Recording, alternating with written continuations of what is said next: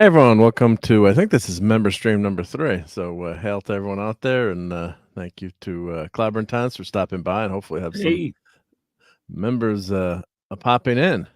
So short notice, but of course we got to play this when it's Clobber and Tons.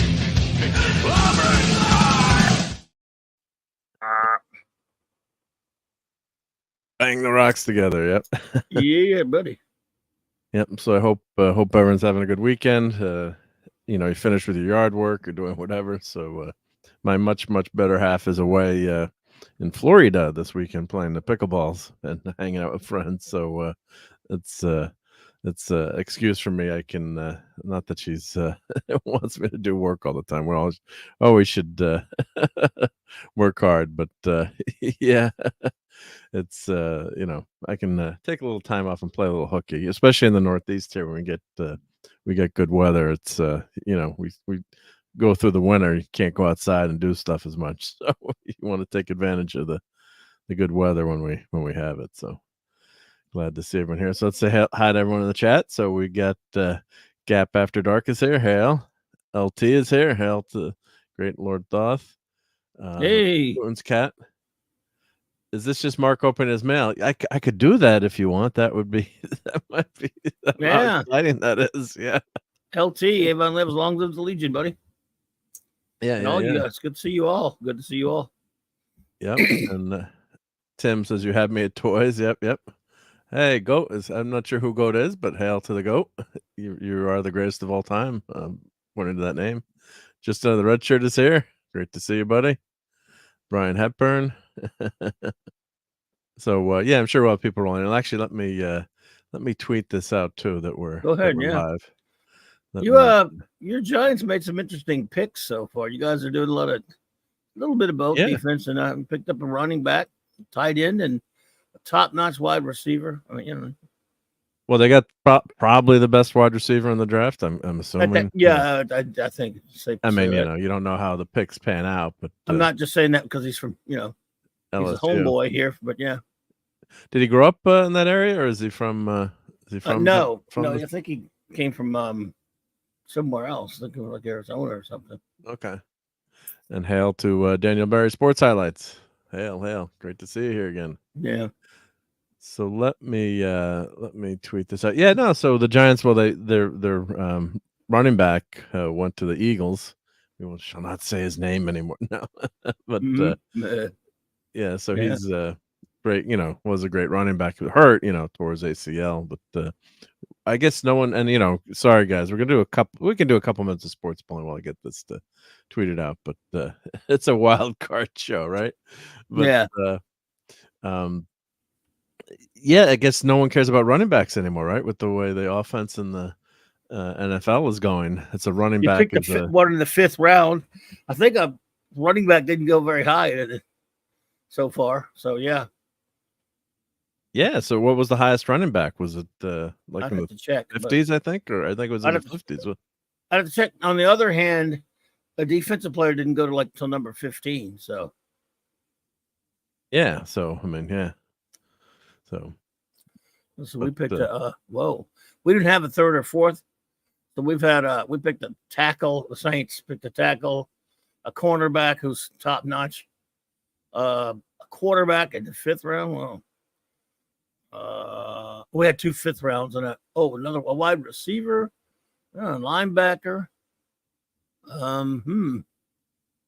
What's it, linebacker? Wow. Yep. So hey, Courtney's here. Hey, Courtney, pop in if you can. And yeah, and anyone who, I'm sure we got some members in the chat. So anyone who's a member, feel free to pop in here. That's what it's for. You can ask us any random questions, and we can't tell you the life, the meaning, the universe, and everything, but we'll try. Hey, who's their quarterback now? Brian said, "You mean the Giants?" Daniel Jones. Well, Daniel Jones. Yeah. You gave him too much money. What are you supposed to do with it? Yeah.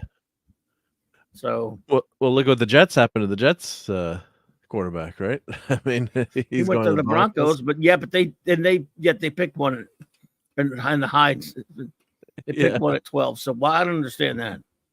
Yeah. Sean Payton's Oh, lost his mind. that's crazy. Yeah, buddy. You have Brian Hepburn and Brian. Yeah. Guys, pop in if you want. They Yeah. call Brian. Weird, wild stuff. Yeah. So I mean, quarterbacks are. That's the way the game is going. Quarterbacks and wide receiver. Yeah, 3 quarterbacks went first. Yeah. One of only 4 times in history where 3 quarterbacks went for the first 3 picks.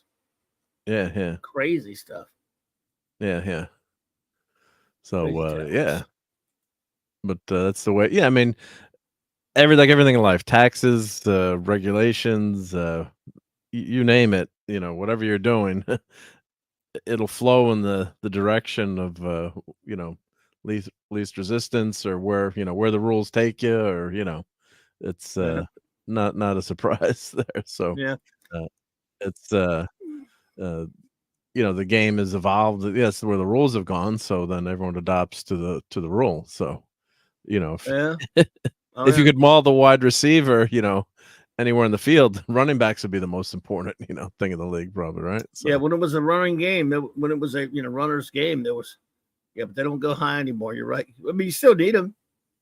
Yeah. But it's not the same. It's not the same. Yeah.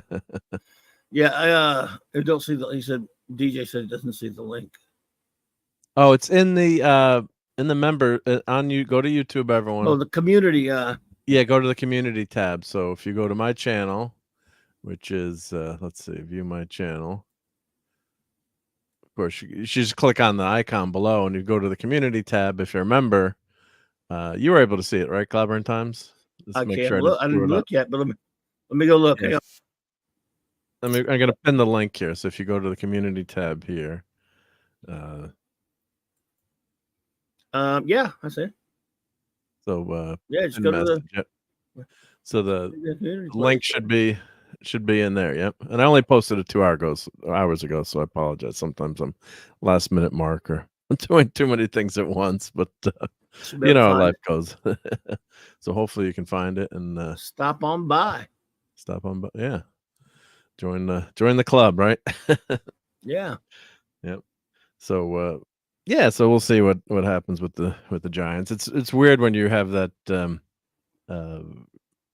you're in between. It's like, do you go for the Super Bowl win? Are you kind of good, or do you rebuild? Or the Giants had a pretty decent lineup, but then injuries. You lose your quarterback, and then a few years ago, lost Saquon Barkley to an ACL, and it's just well, look what happened to the Jets. I'm not a Jets fan, but injuries like that, Aaron Rodgers goes down after on the 4th play.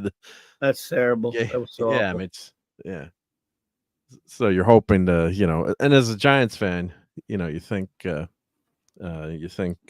my daughter's calling me. I'll tell her I'll call her back. I'll handle it. Please. No, I'll call her. But she texted me. I'll just text her. Yeah, but you're right. And I know that people, a lot of geeks don't like sports ball talk. I remember I've only done one show since I've been on YouTube that was dedicated to that. Oh, she called me on the home line, so let me get this. You go ahead. While you're gone, I'll talk. Yeah. You. I got you. If I see one pop in, I'll put them on. Yeah, I was saying, a few years ago when I first started on YouTube, for those who wonder, I made a whole show, a whole night just dedicated to talking about something to do with old NFL history and quarterbacks. And I think I had LT came on, Mark came on, Nick came on, and Loki came. They were all on there. As excited as you could be about it, and had a fantastic time. And nobody listened. Nobody watched it. Nobody cares. But I had to still enjoy the hell out of it. That's all that really matters, right? But anyway, what can you do? Anyone, like I said, go to that community tab. I think Mark put a link to it. Follow that, and you can find the link, and you can be on Mark. This is Mark's. Isn't about. And he and I always shoot our mouths off on on my streams and on his streams on Sunday nights. It's about you coming and hanging out with Mark, because you're the members of his channel, and that's what he said. That's what the membership streams are for. So please, hey, come on in, hang out. Well, Mark will be back in a minute. And I'll come in, but I'll put you in, and we'll come hang a little bit. So that's what this is for. This is for you, the member stream. I'll be doing another member stream myself in a couple of weeks. And I'm trying to do them as much as I possibly can. I stream so much, it's tough to find times to do them. But yeah. Yes, Mikey Suze, it's in the chat that you're in. If Mark put it in there, it is a link to the community page. You follow the link that he put in there, and the community page takes you to a link to be on with us. So yeah, it's right there. Anybody wants a chance to, or feels like coming and hanging out? All you need is a microphone and some headphones, and you're good to go.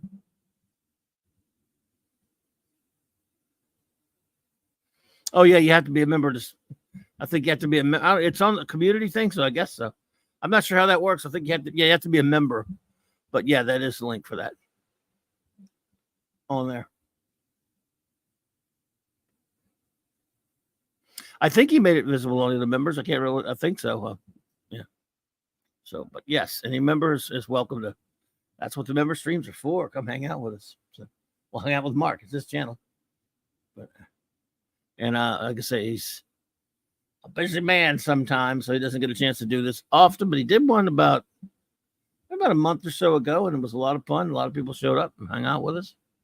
So you can do it too. On what's everyone doing on this fine Saturday afternoon anyway?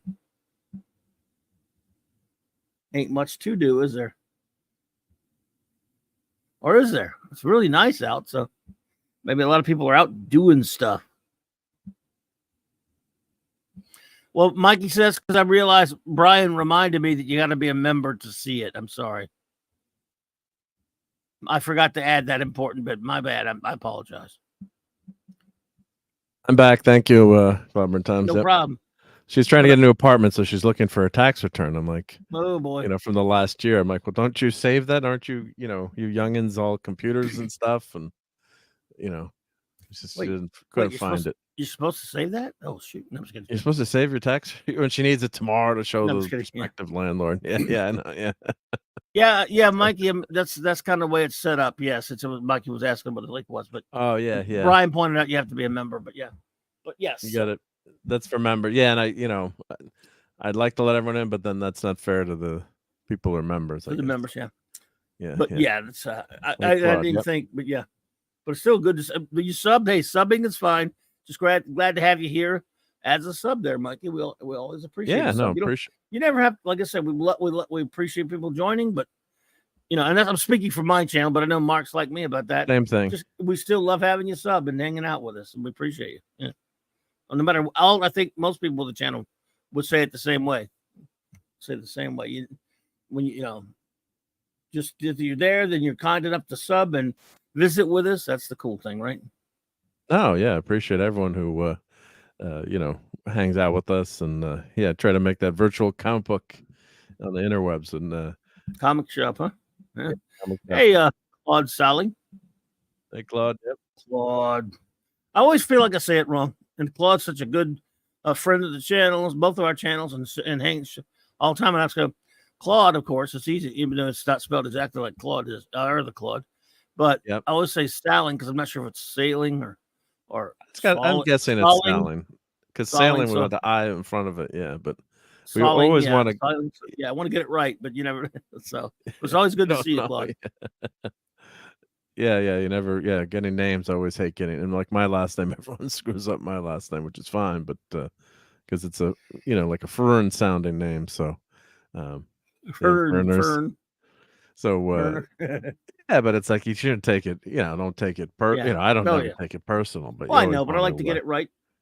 Yeah, actually, that's an easy one. Some of the names that people make for their handles here drive me crazy. I still might love you, but some of the ones are real. I mean, like I said, that's a normal name that Claude has.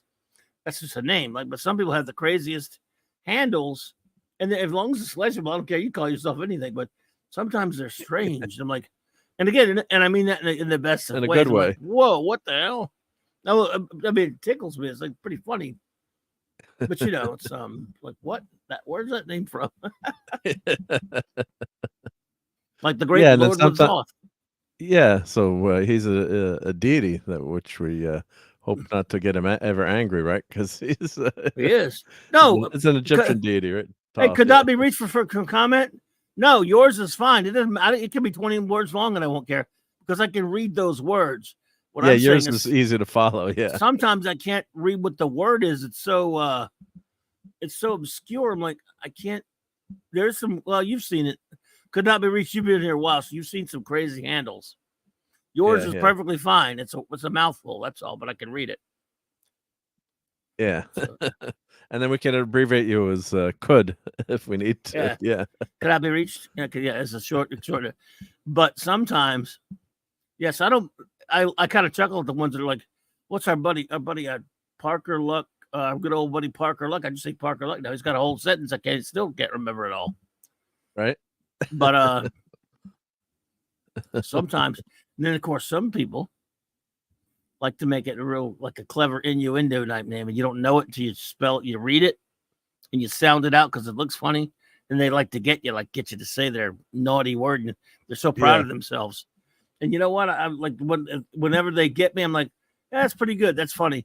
I mean, but you got to be careful. Like this one the kids would always do with and I'm not going to finish it obviously, but having to do with Phil and Mike.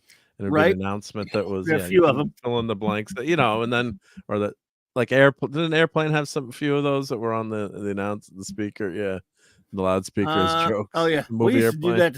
Yeah, I've worked at like when I've worked at car dealerships, we've done that to the operator, say certain names. Yeah. I was guilty of that. Yeah, it's like totally juvenile stuff. Yeah, but. Yeah, we're we got someone popping in here. I was away from the screen here. Who we got popping in here? Let's see. Naughty by nature. Is my I'm sorry, is my mic not hot? I see. Now we got you. Yeah, we got you. Yep. Okay. So yes, Miss Bing is a psycho. Love it. Thank you for joining. So yeah, do we know you by another handle, or you? Mm-hmm. I don't remember seeing Naughty around here before, but no, it's not DJ. Oh, DJ. All right, there we go. Play night. Hey, DJ. You're tricking me. Yeah. Hey, DJ. Yeah. I was trying to put the voice. I'm like, that voice sounds familiar. So. Yeah, it is a little different, Yeah, because perhaps because I'm using a different headset today. But yeah, glad to be here. It's my second one, and I'm just listening to you guys talk, and I don't want to interrupt any more than I already have. And no, man. No, that's why we have. You're the member, dude. Yeah, I'm gonna let you guys talk, so we can hang out and ask any questions or whatever. Right on. Well, when there's a natural break in your conversation, then I'll jump in. Feel free. Thanks, feel free to join in. Well, we always have fun here, so I'm looking at. Before we got on the show, Loki was our buddy Stone Loki was talking about sea bugs. So here, I'll show this. Loki, no. Look what Loki did. What did you do, Loki? This is always a topic of topic of conversation on my channel. Oh my God, man, what's wrong with you? So he went to a crawfish boil. Yeah. People sucking the guts out of dead bugs' heads. I just don't get it. For some, this is the pinnacle of good eats. For others, we just don't feel the same. I'm with you, buddy. Which? I guess he doesn't get it. Yeah. He went to a crawfish boil. Apparently, I know they had him. Yeah. Well, yeah, he's close enough to Louisiana to have them. I get invited. The only thing, since I hate crawfish, I will say the corn and the potatoes that they boil with them are pretty good. Yep. I'll say, hey, look. 70s is here. Bro Goob from hometown here. Bro Goob. Yep. Pop in if you can, guys. Yep. It's in the member chat. Yep. 70s is doing a great show on Monday. I'm gonna try to be there if I never know with work because his show's during work. But he's doing Boy and His Dog, the great sci-fi. That's Harlan Ellison's some of his. Well, it's his story, I guess, and a couple of short stories put together. Did you pin that link, by the way? It is pinned on the top. Yes. If you go to the community tab, if you remember that. Yep. Tell everybody how they can get in. Yeah. Yep. So if you click that link, go to the community tab, and then the StreamYard link will be in there. So feel free to click on that and join in on the fun. Yep. That container is not, at least you can tell me if I'm wrong, that's not like a burger size styrofoam. That's like a takeout dinner size one, right? Yeah, that's pretty big. Yeah. Yeah, the scale is there. I mean, I started off when I see the picture because I'm on phones. So the current display is 2x3. That's what I work with. I thought it was pulled pork, but then I'm like, okay, you guys mentioned what it was, and I wanted to pop in to say there was a song that I remember about crawfish: "Suck the head, eat the tail." I'm just gonna toss that out there because it's amusing. Yeah.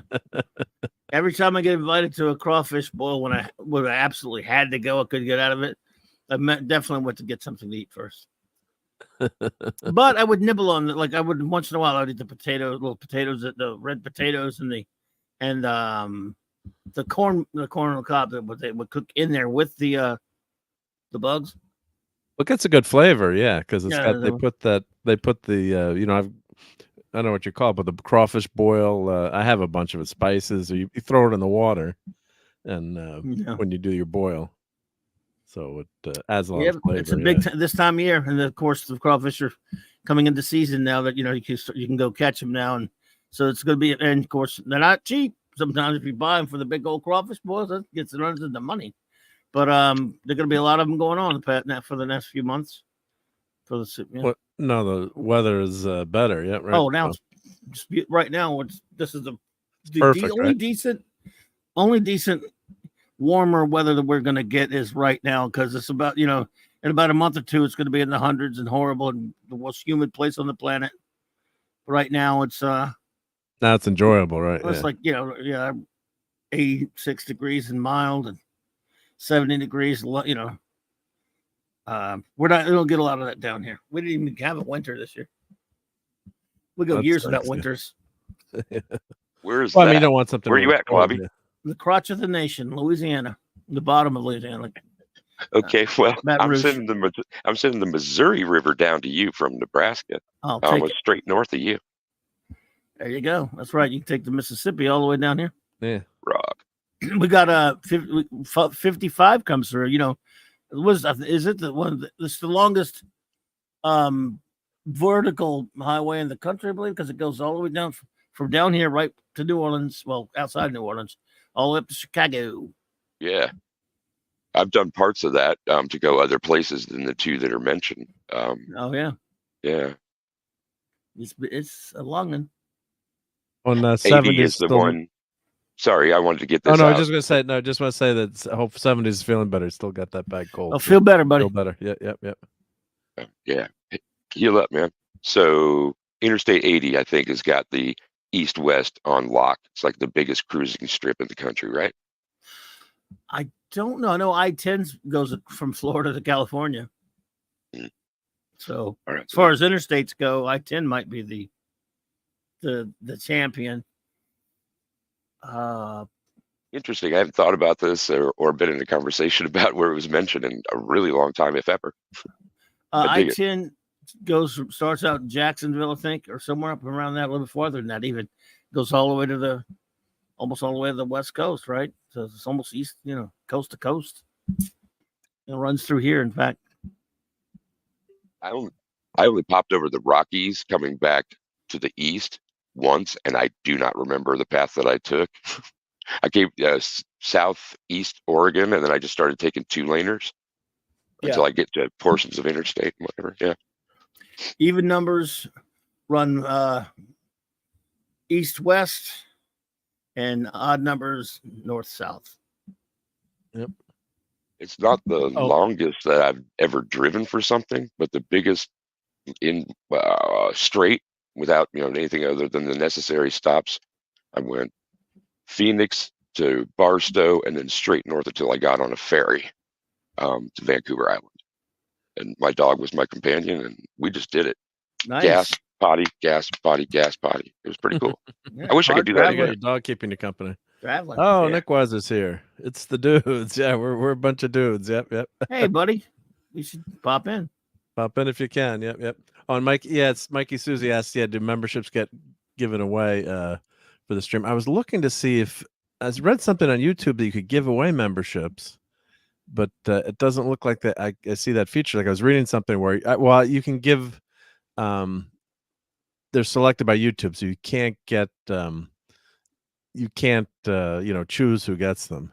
But I think my lowest. I wish you could. I would, I would like to. Yeah, they said there was a feature like I read about. YouTube is always changing things where you could just like give away like 10 memberships a month, which I would love to do. But I think my cheapest member. I mean, I think you can become a member for $1. Not, don't obviously do that just to join the stream. But I think my lowest membership level is $1, just to keep it. It would be cool if you could just, I would, but good. I guess maybe it's for me. It's not good because I would want to give everyone one. I'd be like, oh, hey man, bless your heart. Let me give you boom. I would want to give everybody one. So do either of you know about, there's been recent conversation about the algorithm associated with channel memberships. I can't remember the paths that I came to that, but at least 3 or 4 conversations within the last week, because last week people began receiving memberships, like the out of the blue ones that we'll get. And a pattern was sort of established based on activity, but it's really oddball. Just yesterday, I got one to like Pop Culture Minefield, or I don't remember the channel name, but here it just appears in my inbox, and I've gotten 3 or 4 that way. And as a matter of fact, Clobby, I got a renewal for yours in my email. Yeah, I really like the idea. I wonder if they're just trying to do the teaser sort of thing before they launch something like way bigger. I'm not dooming it, I'm not dooming it, but they never tell us anything. I didn't know there was. I mean, maybe they did. To be honest, sometimes I don't look at the studio, the news. All they give us that much. Sometimes I don't look at it as much as I should. But I've not heard of that. That's crazy, but it's cool. I had not heard Nick. Nick became a member. Hey, Nick, you didn't have to do that, but let's play something cool for Nick for becoming a member. Let's see if I've got my. I've got to find my. Well, first of all, Nick is a rock fan, right? So here, this will work. Why don't you just make 10 louder and make 10 be the top number and make that a little louder? These go to 11. God. And I got something. I always play this on Toxic Tuesday, but let me play this one if I can find it. Here we go. Yeah, Nick. Nick's a real name. Nick's your buddy. I know. Sorry about the John Cusack. He's kind of off the wall lately, but that's one of my nice pull, man. I clipped the other day. I clipped down something for that the $2. Like I screenshot that whole speech from the newspaper kid and then chopped it up into parts so I could send them as the conversation was in the film to friends of mine. Natural progression. Yeah, my favorite thing in that scene after these go to 11 kind of thing is the name of the composition, "Lick My Love Pump." Yeah, I do have that one. Yeah. That's this is one of my other favorite clips here too. There's a member stream, so we can. How would you like to have a sexual encounter so intense it could conceivably change your political views? I don't think that line ever works that much, but well, give it a try. I have seen worked in a lot of clubs over the years at different positions, not always on stage or behind the tables, and I've seen people do the trying to catch everyone, or they try to form a net. I'm stumbling over myself. Somewhere within the last 20 feet of the exit for a bar, and they will just go up to random. I'm watching the dudes. I don't know about the women's statistics on this, but the guys would just be like, "You want to fuck? You want to fuck?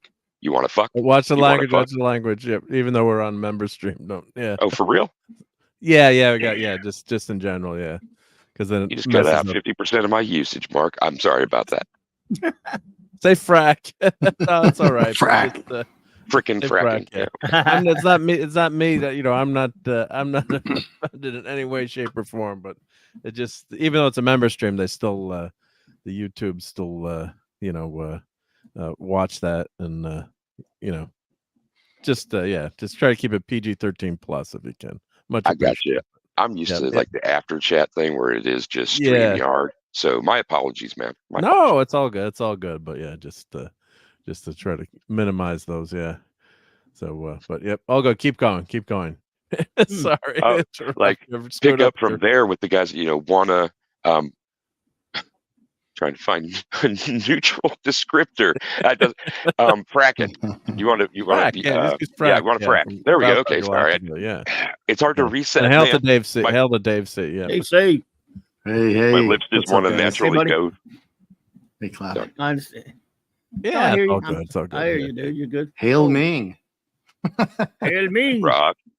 I had to come on. And so the other people, you know, the net that would form near the entrance exit, there were smoother people than just you wanna sort of thing. But yeah, when we close at 2 a.m. both sides of the river, and yeah, you start to see it about 1:30.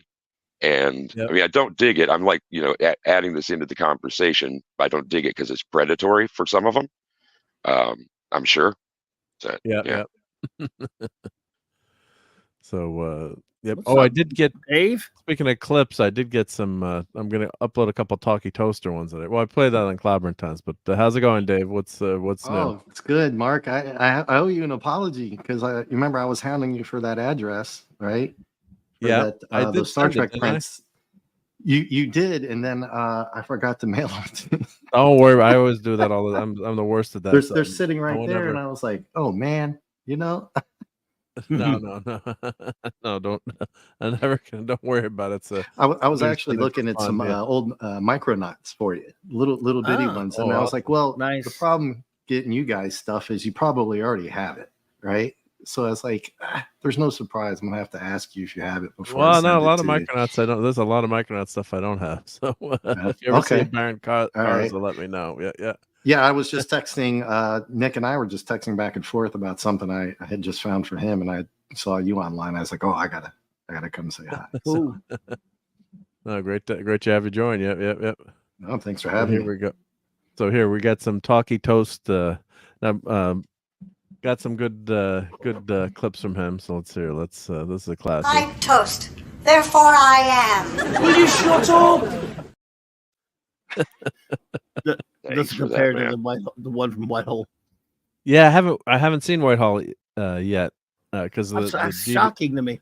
I guess that's why I was always puzzled when you would play the relatively mild ones from that episode. I'm like, man, the Whitehall one is so amazing, and then I was wondering why you hadn't played it, but now I know. Yeah, so what had happened was the file. Let's just say the DVD I was watching had the wrong episodes for that season. 3 of the episodes were wrong, so I guess I was just streaming. I didn't pay attention. I don't know Red Dwarf that well, so 3 of the episodes were repeats from the previous season. So yeah, backwards, Mikey said, yeah, that's a great. I love backwards. I think my favorite is Back to Reality, but backwards is greatness. And there's so many great ones in that season 3 and 4 and 5 and 6 even. Those are the best for me. I actually was on a great one. A lot of really good ones in the first 2 seasons once you go back and give it a shot. But then once you know the characters, takes off from season 3. Yeah, it's almost like you should start with season 3, then watch a few seasons, and it'll get you so in love with the show that you want to backtrack and see the first 2, which are very different, clunky in some ways, but still pretty good, and some really good ones. Oh, yeah. But the sweet spot is season 3 through season 6. It's some of the greatest. You don't want any toast then? No. What about a muffin? Nothing. That's season 2, by the way.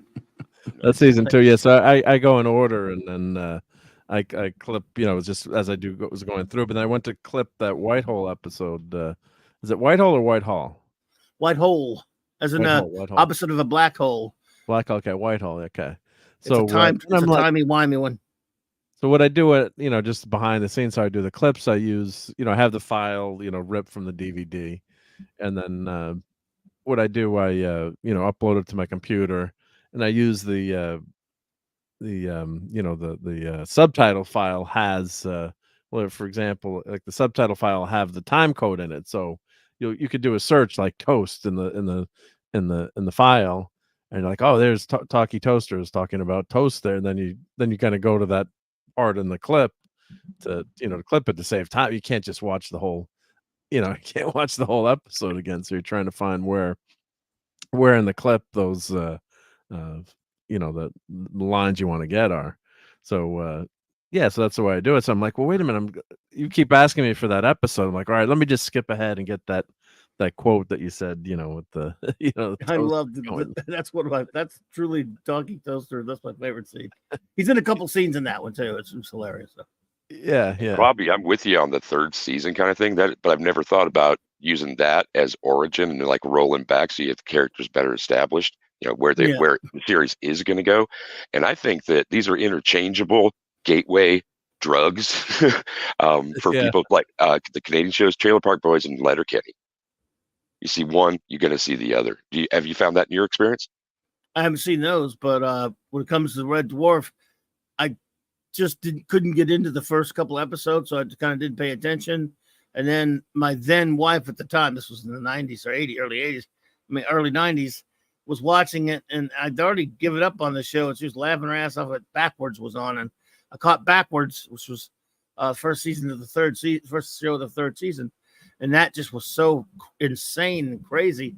I said, wow, this is hilarious, and from there I was hooked. And then later, I was kind of reluctant to go back to watch the first two seasons, so it was not a planned thing or anything like that. But I think a lot of people say that or say something similar. Although other people go, oh man, first seasons are good. And I go, And then I went back and they are really good. They're different. They're clunkier. They don't have the same kind of pacing. They don't have that great opening theme and all that, They're not as good. Yeah. They're finding their way. They're finding their way. There's some really good ones in the first two seasons though. You got a Better Than Life, Queeg, Confidence and Paranoia, where Lister catches that crazy virus that actually creates it personifies his confidence.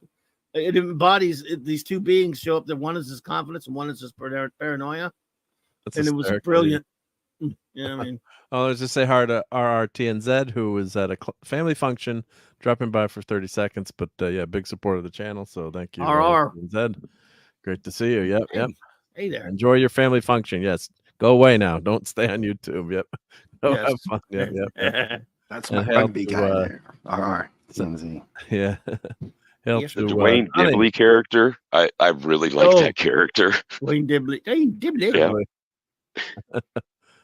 Yeah. I didn't like Cat in the beginning. It's really annoying, but they finally developed his character. I think in the first season, especially, it's just a nothing character. Not that the actor's not good; he's not given anything to work with. But then finally they really get his character going, and you can see where the training wheels are on those first two seasons. Where it's a shame where like a show like Firefly, I'm sure most people in the chat here love Firefly, but that got canceled too soon, like many shows, and didn't get a chance to develop. Or look at Star Trek, could have gotten canceled that first season too. I mean, thankfully they had decent ratings. But how many did Red Dwarf go? Because I wasn't going to say anything because I only made it to the part you guys just mentioned, and I didn't want to spoil alert for anybody. And then I never went back to catch up to it. So it went till about 2 years ago. It has. Well, it had a big, long gap, but there are 13 seasons. 13 seasons. If you count 13? Holy cow! I had no clue. But the seasons are very short, though, too. So here they're only like 6 episodes a season. Oh, okay. Yeah. Are we going to count the? Sorry, are we going to count the specials? You got the special, the 3-part special Back to Earth in 2009, which was the first one done in like over a decade. Counts as one season, and then that's season 9, and then you had seasons. There was a new network called Dave that came with seasons 10, 11, and 12. And then there was a Promised Land, which was a special. So here you go on the screen here. Thank you to the interwebs. It's great tech, but there's not a lot of episodes though, too. So I mean, if you've got 6, you've got 6 episodes for the first 7 seasons, then 8 and 8. And then 3 more 6, episodes. So it's not a ton of episodes on Red Dwarf. But I like the later episodes too. I thought they were pretty darn. They're I haven't watched the Promised Land, but these it was they're good. still pretty good. They're older. there's still, but they still got it. Is it in the class with those? I mean, 3 through 6 are some of the most phenomenal things I've ever seen. Hey, Sentai, Danger, Ranger Power, Donnie Ranger Power. Change your name, buddy. It's messing me up. He changed it up. Yeah. Right? I've only changed mine like 3 times. You watching the draft, huh? Yeah, it's still on there in the 6th round now. I used to love that. Now I'm just kind of because it ruined the NFL for me, but I'm still watching it a little bit. But it's not like. I wonder if the kid from my hometown, from Michigan, got. Well, they're in the 6th round. He better be. They said he would go in the fifth round. Yeah. I'll check if you want, but I need his name. Yeah. Let's see if he went. Yeah. So I got kids of him as pictures of him as a kid playing my son football. Yeah. So just wonder what. Let's see if they tell you where. If they want, it's pretty cool. Yeah. Mel Kiper's a dupus. Red Dwarf. I read Red Dwarf years ago. Never seen it. Read it? You read the books? See, they had a big split up between. They did have books for that. Yeah. Oh yeah, I have. Doug Grant Doug Naylor and Rob Grant, who the co-creators, had a big split up after the 7th or 8th season. So they fought all the time, and anyway. Yeah, back to Earth, Brian. And Courtney's here. Hail to Courtney. Sorry, hey, Courtney. Hey guys, I don't have headphones, so if I'm echoing, let me know, please. Okay, you sound good right now. So cool. All How's good. everyone doing? Thank you for joining. Good. We're doing awesome. Looking good and feeling fine. How are you? I'm sick of the snow, but other than that, I'm doing great. No, you say snow? Snow. Yeah, it's snowing today. What? I drove home in a blizzard last night from the mountains. Oh my but it's God! South of Denver a couple hours ago. That's not possible. Oh, there's supposed to be some bad storms. I'm over it. What is snow? That's something you see on TV. It's cold. Down here, that's something you see on TV. Yeah, right. I don't even believe it exists. But continuing on, I was listening to you guys. Well, I was just gonna answer Brian here. I don't know if I'm guessing you haven't seen Red Dwarf, but I did not like Back to Earth. I thought Back to Earth wasn't that good. But give the other seasons a shot. They're pretty darn good. They're kind of a return to form. Season 10, 11, and 12. So they're pretty decent. I mean, they're older, but if you love those characters, they do it pretty. I mean, it's not in a class with this what I keep raving about 3 through 6, but it's pretty good. Yeah. And what episode was the Jesus episode? What episode was the Jesus? Was that? I can't remember the name of that one. I think that was season 10. Yeah, see, that was a season 10 episode. That was funny. Yeah, that was one of the best. It was Lemons, yeah. So lemons, right? So you guys' I'm just gonna go to the plot, so no spoiler. So I just got to cut in on you, Mark. You guys' memories just like lemons, highlights on stuff. You know what I mean? Yeah, no, I envy people with good memories. So I don't have one. Well, it starts to be. I don't have one either. So I remember a lot of stuff. But... Sorry, DJ. Oh no, I was just going to say. No, go ahead, DJ. Yep. Honestly, I lost my train of thought. I apologize. That's okay. Sorry about that. It was about It was about our well of memories. Okay, I'm back on track for that. My apologies. So, for me, it's also ingrained because it's been a rote exercise in the OG episodes, and then when they came back, I would watch every season before the new season VHS. Oh, yeah. So season 2, watch all of season 1, binged. Watch all of season 2, binge, because at that point I was downloading them off a Canadian server, file sharing. So that's how I got my jazz there. Yeah. Nice. By the time you get to like 8 seasons, you're watching all 7. It's ridiculous. It's like a generation joint. It just keeps building and building like that. Hundreds and hundreds of hours. I've watched those episodes so many damn times. It's close to as many as I've watched Star Trek and Blake 7 and Doctor Who. And have gone traveled a few other shows. There's some Red Dwarf is one of those that I watched so much, especially the greater ones. So many times.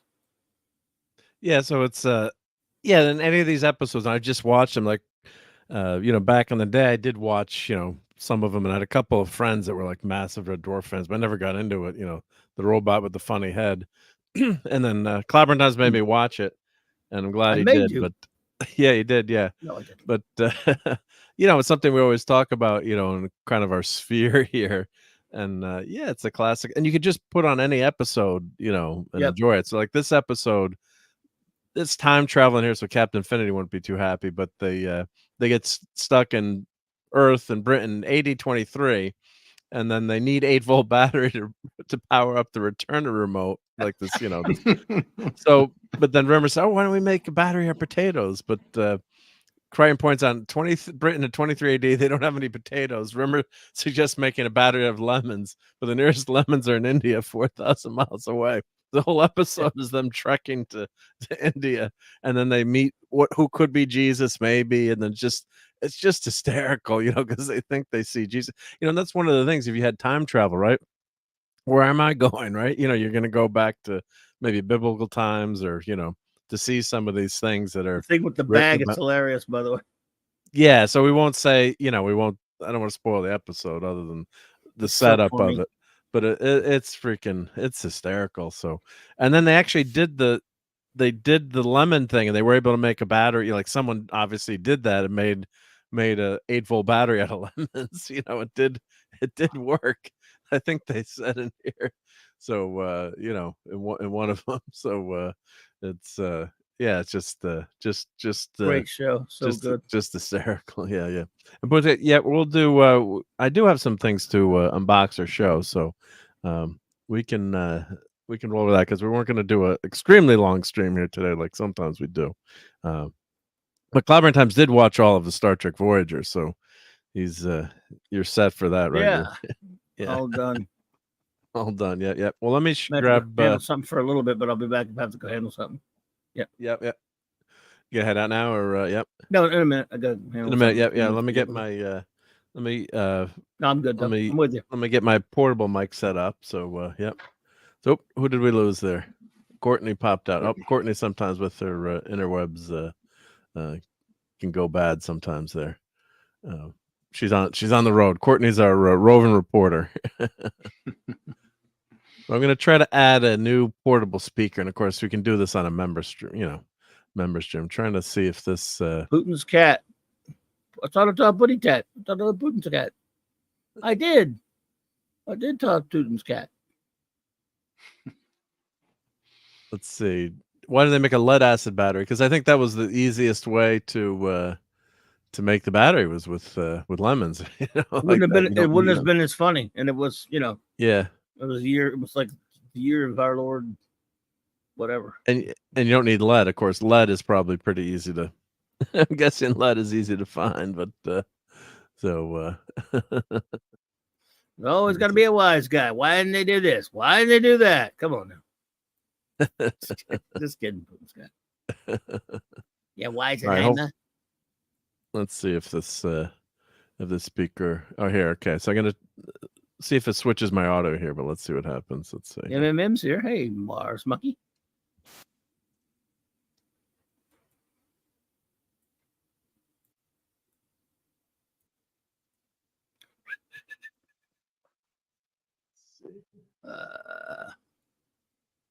Dang it. Okay. At a con, it'd be it just occurs to me. If you're at a con, it'd be great to have a food truck that shows up with hot dogs and donuts. Let's see. They had them at a con I was at the other day. They had one of those. Sorry, I can't hear anyone else right now. So. That's good. You got you. The con I went to the Saturday had I didn't get to go to it because it was expensive. We were waiting. We were saving because we wanted to go to a Chinese buffet afterwards, but it smelled good, and everyone was saying the food was really good on this food truck. But yeah, that is a good idea. And then to do that for cons, especially because the con food inside is ridiculously expensive at any con I've ever gone to. What's that one, Colby? Was that a big one close to you? Oh no, recently? It was a small one close to me. We have like one so big one in New Orleans once a year in January, but we have some smaller ones, little shows that go over like 2 days throughout the year in different areas. This was like way out in the sticks, but a very nice convention center type thingy. If you want to go to the big ones, you got to plan ahead, unless you just want to go for one day. It's crazy. Yeah, 50 years of going to the big cons, I'm done with them. I go this one just to hang out with my buddies. Well, I was going to go to the Orlando one, while Mark's getting his stuff set up. MegaCon? And I only really wanted to go, and then they kept adding different guests and stuff. And you know how we are. You only want to go to see the guys you really want to go. Keith David was there. I wouldn't have minded he's cool. meeting him. But Frank Welker and God forgive me. Somebody help me out here. Frank Welker. He was in New Orleans. They were both there, but it sold out. Their signing one sold out like in a day. And then I went trying to get, I said, screw it. I'll do the VIP, which was very expensive. That sold out. I was like, what the hell? What's the hell? Oh, wow. I was like, okay, never mind. Is San Diego still the shiz double knit? Is that the biggie? Pretty much. Yeah, New York and San Diego. And New York's big, but Orlando San Diego's the monster. That's MegaCon. MegaCon, yeah. Orlando. It's pretty big. But yeah, San Diego's still the biggie. But right on. It used to have it was originally founded with a lot of help from Jack Kirby. It was Comic-Con. They still call it that. And it's very little to do with comics now. And nowadays, comics vendors don't make any money at it, so most of them have pulled out. It's just a big media commercial now for all the movies and other nonsense that Hollywood's putting out, and it's not what it was. Yeah, I wouldn't go for anything new. Like I said, I was only going to go see the Transformer guys and a couple other things like Keith David, and that was about it. I mean, they had a ton of stuff, but I mean, it was MegaCon, right? So it's a 2-3 day event, 4-day event. I've been to that since almost like the early 2000s or the 90s, like 2003, maybe. Yeah. How many of the vendors actually have comics to, flip through or buy off a shelf? No, not to flip through so much, but they do have some of them, of course, will have the big elaborate, very expensive back issues displayed, and then other ones will have the they'll have like the quarter, like the boxes you can look through. They're bagged, but you can look through them. Sometimes they have the cheap boxes. Almost all now, a lot of will have the dollar boxes with all the older stuff that isn't worth much, but you can find some pretty cool stuff in there. Oh, let me check. Can you guys hear me now? Or yeah, my speaker work 5x5. I'm gonna switch to this portable speaker, and let me know if it works. The experiment during a live stream, but why not? Well, let's see if this. Now, can you guys hear me? Or does that sound better than my headset speaker, or does it sound okay, or it's no good, or one of these? Less amplitude on this one, but you're good, man. I just we have to listen keenly. So enunciate for us, and we're good to go. Rock. Or I can switch to, or tell me that this sounds good, or you're good. Or if I'm experimenting, which sounds better? Just the first one. How about this one? This is my headset. How about this one? That's in the middle for me. That's Mama Bear. That's Mama Bear. I got to switch back to this one. Is that about the same? That's this one here. That's to me, that had crackle artifacts that were. Anybody else's? That's what we do these member streams for. Yeah, we can test them. Man, I think you're good now. Whatever you're doing now, put a pin in it. That's pretty good. All right, we'll try roll with this one and see how it works. And if I can always switch, but if people are telling me about the headset, I'll show you my headset. I have one of those boom mics on the headset, but people are telling me it didn't sound that good or as good. But is it like a gaming one? Like a gaming one? It's like a game. Well, it's a trucker's headset actually. It's a trucker's headset. So I was using that. But yeah, it's all good. As long as you can hear me. I figured I got this because I like Zoom meetings. So I'm still doing Zoom once in a while. So let me try and see if it works. But let me show you some of my current projects, and then we'll do some. I grabbed a couple boxes from the basement to see what's in them. So of course, with the Ghostbusters out, I did 3D print of Slimer. But 3D printing is not always. I'll show you all the failures I had trying to print that. So I got my new resin 3D printer, and yeah, it's not as easy as you think. So I got 1, 2. Got a lot of slimers. That one worked. Finally, I got it to work. Great. If anyone needs slimers, so you can see, these are all. Oh, hit the damn button on the camera. But those are all. Okay, camera, come on. Sorry. So those are all slimers that failed. Wow. So this one was done with the standard filament. So kind of melts the plastic and squirts it down. And I just got a new resin printer, which it's pretty cool, and it does each layer at a time. And it's it's a resin, and the resin's cured, so you can get much more. See how the teeth are better. It's see how, with the camera you probably can't tell as much, but if you saw it in person, it's a lot smoother and more detailed. But of course, what's cool about the a standard printer, like you can put crazy filament in and just do something fun like that where you have the color. So I don't have to really paint this one other than the teeth and the gums and the eyes. This one I'll have to paint totally from scratch. But you're trying to. I finally figured I was wrong. There's a FEP, they call it, in your filament printer. It's like a clear plastic. So mine had worn out, and I was trying all these settings and kept, you keep experimenting with things, and you're like, it's gotta work. It's gotta work. And this one almost printed. So after like 5 or 6 hours, and the mouth didn't print, but maybe I could use that one.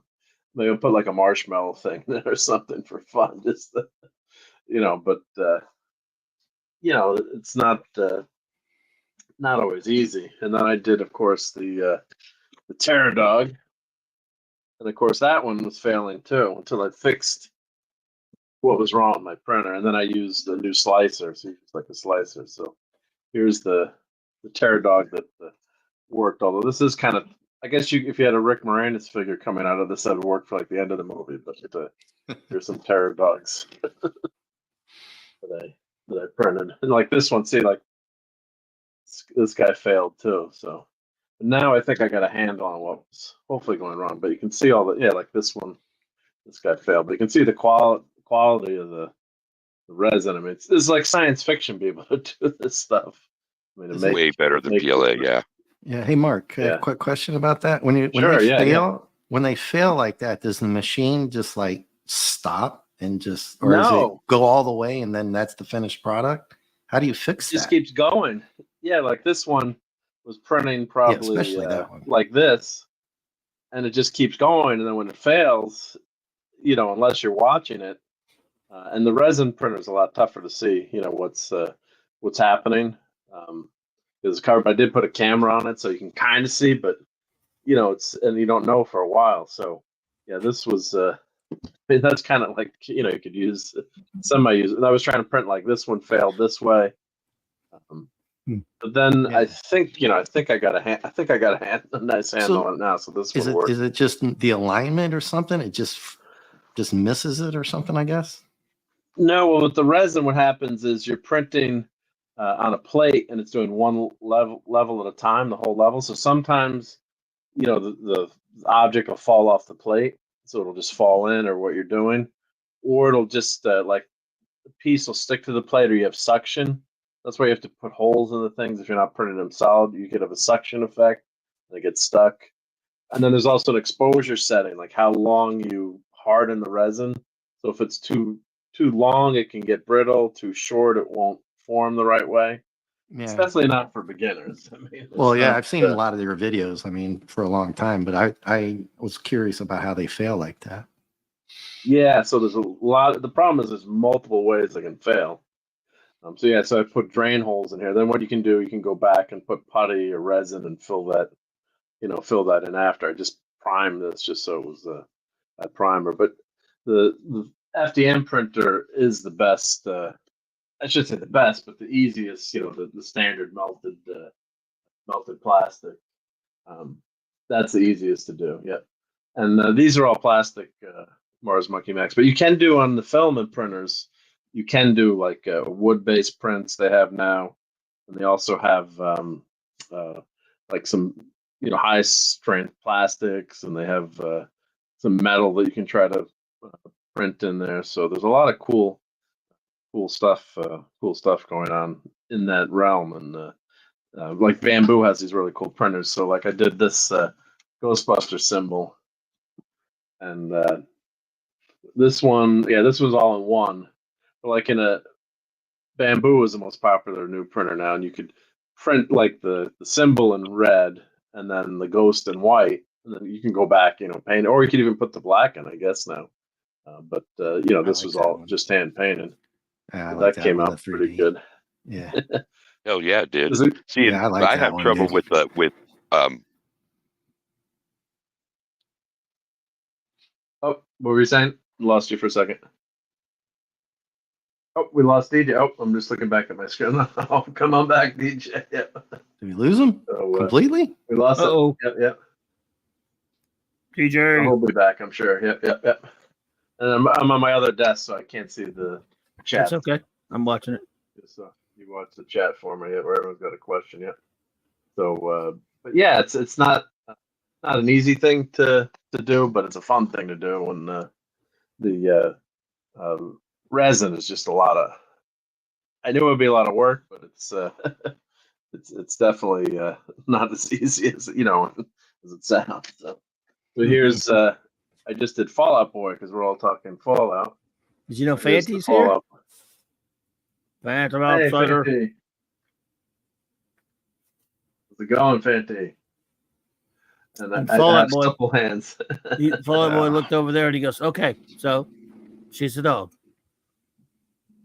So, Mark, I don't know if I told you when we were talking about Vipers and stuff like that, if you could do the Viper MK1, and I've been in touch with that guy all the way in Australia. He's doing studio scale size. 4.5 foot Enterprises, 4.5 foot MK1s and stuff like that. It's Eddie.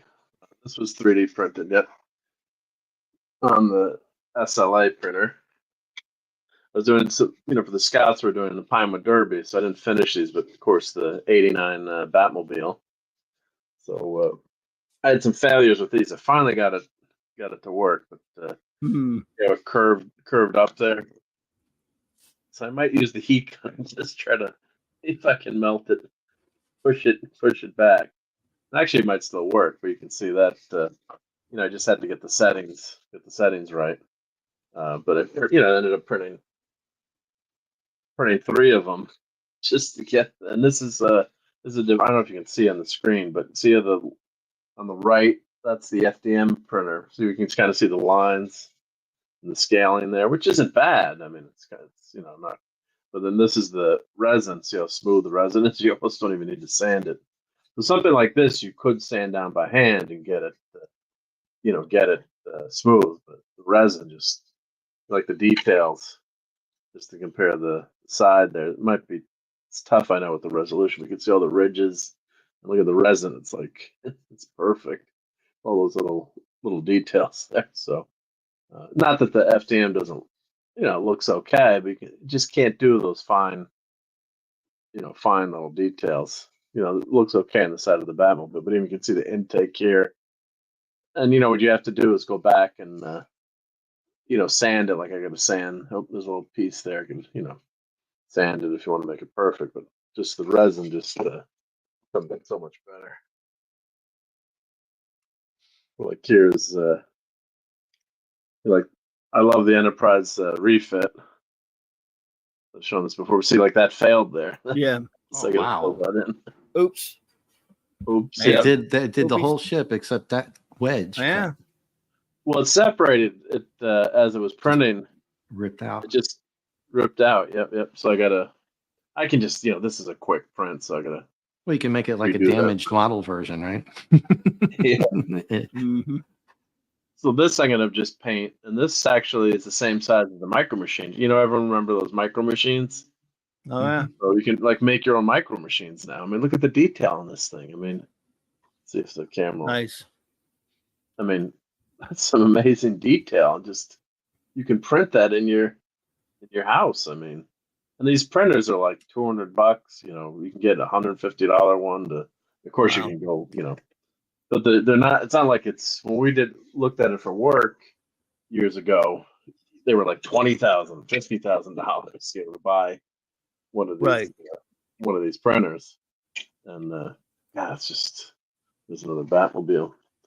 So, oh yeah, here I did another. Here's another. This one came out pretty good. Nice. Yeah, the resin, the nacelle broke off, so I had to glue it, and I got to sand it, and fix it. But I'll just print this again. Or I was trying to make this hollow, but there's so little filament in this that you're not. It's probably better off doing it solid. So, the more you work on things, the more you learn, which is good. There's always a learning curve trying to figure things out. So let me grab something I think Flabbertoms might like in the other room. But it was just drying. Yeah, I don't like anything. You know that. You do like a couple of things. Well, you like Star. I hate everything. Like Stargirl. But everything else I hate. I've decided to stop liking anything, and I just hate it all now. Makes it easy. Even if I liked it before, even if I loved it before, I've decided now that I hate it. Whatever it is. Whatever, it doesn't matter. I hate it. Hate is so much easier. You don't spend any money. Right? Well, that's not one theory anyway. Lisa's not here, but here's Supergirl Lisa. Oh, yeah. So she's a cutie patootie. Yeah. Wow. Mm-hmm. See the details there. Her thumb did break off. That was kryptonite that broke that off. But I gotta maybe reprint her thumb. You know, as you print these with supports, but I mean, look how fine that her hand is there. I mean, they're little itty bitty fingers. It's almost better than a Rob Liefeld hand or something. Yeah, it's still better than one. Yeah, I love that in the Deadpool, or you know, they had Liefeld's feet, you know, as a joke. In the background. In the background, on some building. He's got a good sense of humor about it. So yeah, Daredevil and was it Wolverine and Deadpool trailer? Yeah. That might turn out to be okay, but you know, that'll be fun. Yeah, no, I think that's gonna be good. But that doesn't mean that Marvel Comics is no. If it's good, it'll just be it'll be an outlier. I'll be like, well, outlier. Yeah. It's not gonna have anything to do with the rest of them. Yeah. So we'll see what happens. Yeah. So let me put Supergirl there. I gotta paint her, but let me grab the stuff out. I'm gonna lose me in a second. All right. Oh well, DJ, if you're still out there, buddy, hope everything's okay. I hope it didn't have any other than just a hiccup or something like that. Yeah, exactly. Clobber Time's new catchphrase. It is talking about feelings in hallways, corridors, etc. time. That's it. Thank you, Fanty. I will see if I can change the name of the show for that. So I just did 3 of these. Because you never do just one. Things. So at least you didn't do them with like the 3 monkeys, like hear no evil, see no evil, speak no evil. 3 things. That's funny. Remember the original Planet of the Apes film? Remember the original Planet of the Apes film? They did a parody of that in the movie itself. Oh yeah, there's a scene in the courtroom scene where you've seen those statues, right? The monkeys, hear no evil, see no evil, speak no evil. One of them's covered his eyes, covered his mouth. Well, there's a scene in Taylor's trial where the 3 orangutans on the jury would probably Zaius is overseeing. They just show him doing that. Oh, that's a story. Yeah. That's a. So these I did the black lines. I think they came out pretty good, and then I went and did another. Good. I did another coat. Now this is glossy. I was just using DJ's spray. back. DJ's back. Good thing DJ's back. All right. Hey, welcome back. Yeah, I'm gonna enlarge you again. I hit the wrong button. There we go. There you go. You're full screen. There we go. Yeah. But I guess I don't know if you can see the darkened lines there, but I got to spray these with matte paint because it's it's too shiny. You know, the thing wouldn't be shiny, obviously. I mean, I'm guessing it wouldn't be shiny. What do you think? I think it'd be more like a. It wouldn't be shiny, but still it looks good though. Great, yeah. So I did like 4 different colors of orange, all kind of mixed. Why'd you make me shiny a Yancey Street of mug?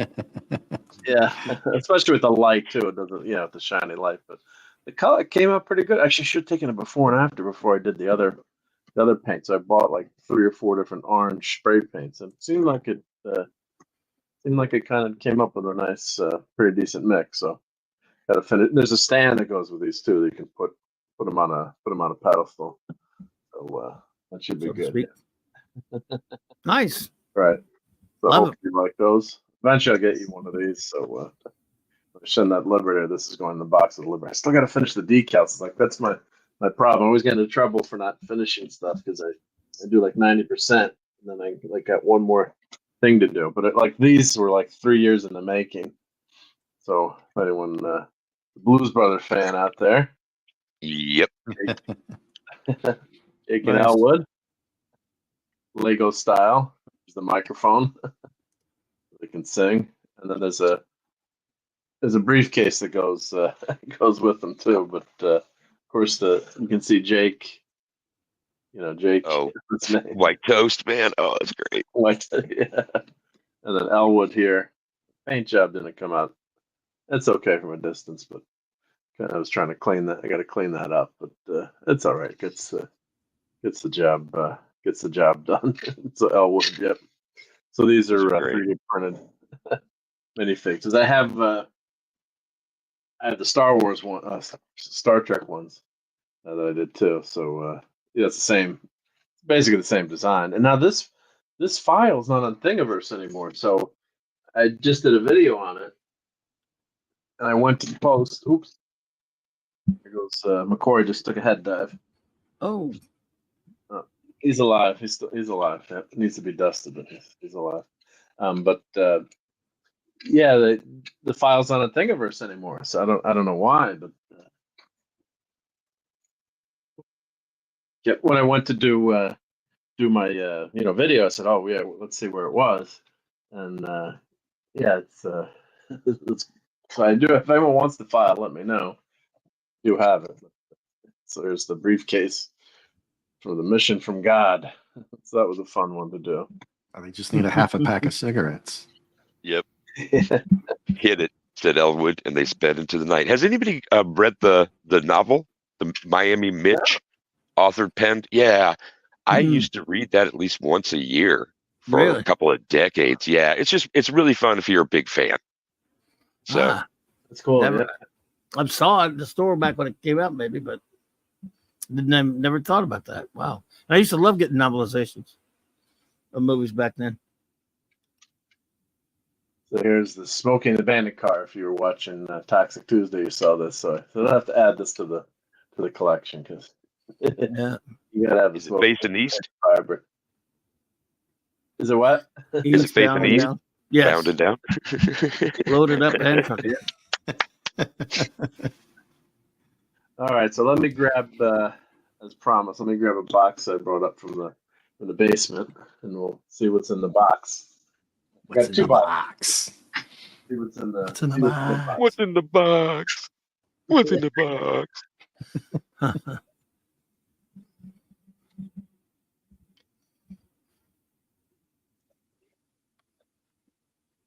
Oh, is he literally going to the basement? Brought him up to the basement. Okay. Yeah. We just went to go to the other room. Now, some of these are empty boxes, as we look in. So I have, like a big bin, big storage bin, of. There you go. So Mental card. Yeah. So what's in here? So when you run out of room, you can't show everything, or store show everything. So I've got like several bins in the attic. So this figure is actually up in my basement. I have no idea what's in this haven't looked in this bin in probably 20 years. Or I shouldn't say 20 years, but in a while. Oh, it's got the comic in it. And Silver Centurion. Yeah, so these comics are actually worth something these days now too, which is crazy. Like, I don't know why. If you look in the reprints, but yeah, I don't know why they are. So this is from this series. That's weird because they went with that toy, presumably. I mean, it's why. Like, it's just a It's not like a facsimile or anything, but it's a reprint of the story. But they're actually worth something, So this is the Iron Man crazy Centurion. So he's actually hanging in my basement flying because why not? You mean independent of the box? Even if it's not with the box with the comic? Yeah, just the comic. If you look it up in the program, I believe it. More worth money, which I was told. Believe me, I was totally shocked. No, I'm not shocked by it. What things already said. So I do have Vision. I do have Ghost Rider. I don't think I ever bought Hawkeye. I may have Apocalypse, and I definitely don't have that Wolverine. This is Marvel Legends. I don't know what series. Weapon X. Is old school Marvel Legends. Oh, Series 7. But these are just so good. Oh, and it's wall mountable display stand. How is the display stand mount? Wall mount. I just have them flying. I have them flying. I guess you could mount that to the wall too, maybe. But these are the best figures. Just love those. All right, here's another empty box. So some of these are gonna be empty boxes, but these are. This is a truck. So this is that's on my desk right now, actually. So that's a fantastic award. I'll see if I think I don't throw anything out. I think it could be. Let's see. Let's talk about having a bad memory. Anyone who's shown up late recently, by the way, the link to the community tab for this to be on the stream is pinned up above in the chat. There you go. Yeah, oh my goodness. I think that goes in there. Yeah, it sure does. Those Hot Wheels. Or this is not a Hot Wheel, but those cars, they would do that stuff. Yeah, it's stupid. Number 35 is Fantastic Four Chevrolet Suburban. All right, now how scary is that I found this box and I could tell and I found this toy on my desk. Hey, more importantly, they put graffiti all over that guy's truck. Yeah, like that one like Captain America. I got a bunch of these on my desk. Yeah, that looks cool on the van. That's cool. That's just good. Like here's the Dr. Doom one. Yeah. I mean, what does Dr. Doom need with Brink's truck? I make house calls in an ambulance. I guess this is supposed to be an ambulance. Yeah. He's getting back bust out. I mean, it's just, I assume it was a Brink's truck. But they calling it an ambulance. It's just ridiculous, but it's just like, God, if someone did a cosplay with this van, I make house calls. All right, so let's get something that actually has something in it. What? Look at this. Koloff. Oh my goodness. My dear Captain Koloff. My dear Captain Kirk. Yep. The Triples game. Oh, so Mark specifically Mark Playmate Star Trek toy package available at local retailer. So there's a scratch off. Play the Triples game. Thousands of prizes. Expires 12/31/97. Did they do a Squire of Gothos figure? Because they didn't. They could you could customize this guy and be like him. I'm sure they did, but let's see who we got. So this is Deep Space Nine. So this is a pretty damn good figure, Captain Koloff there. I'm liking this one. I think that's a pretty good one. Yeah.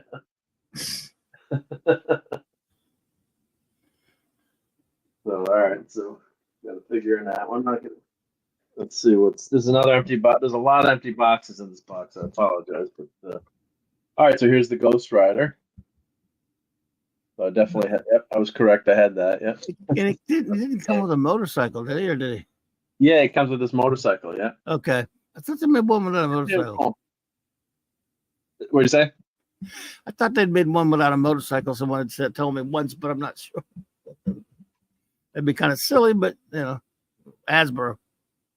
Yeah, so here's, I think the motorcycle. Oh, the motorcycle must have fit in here. Or... Yeah, Series 7. Yeah.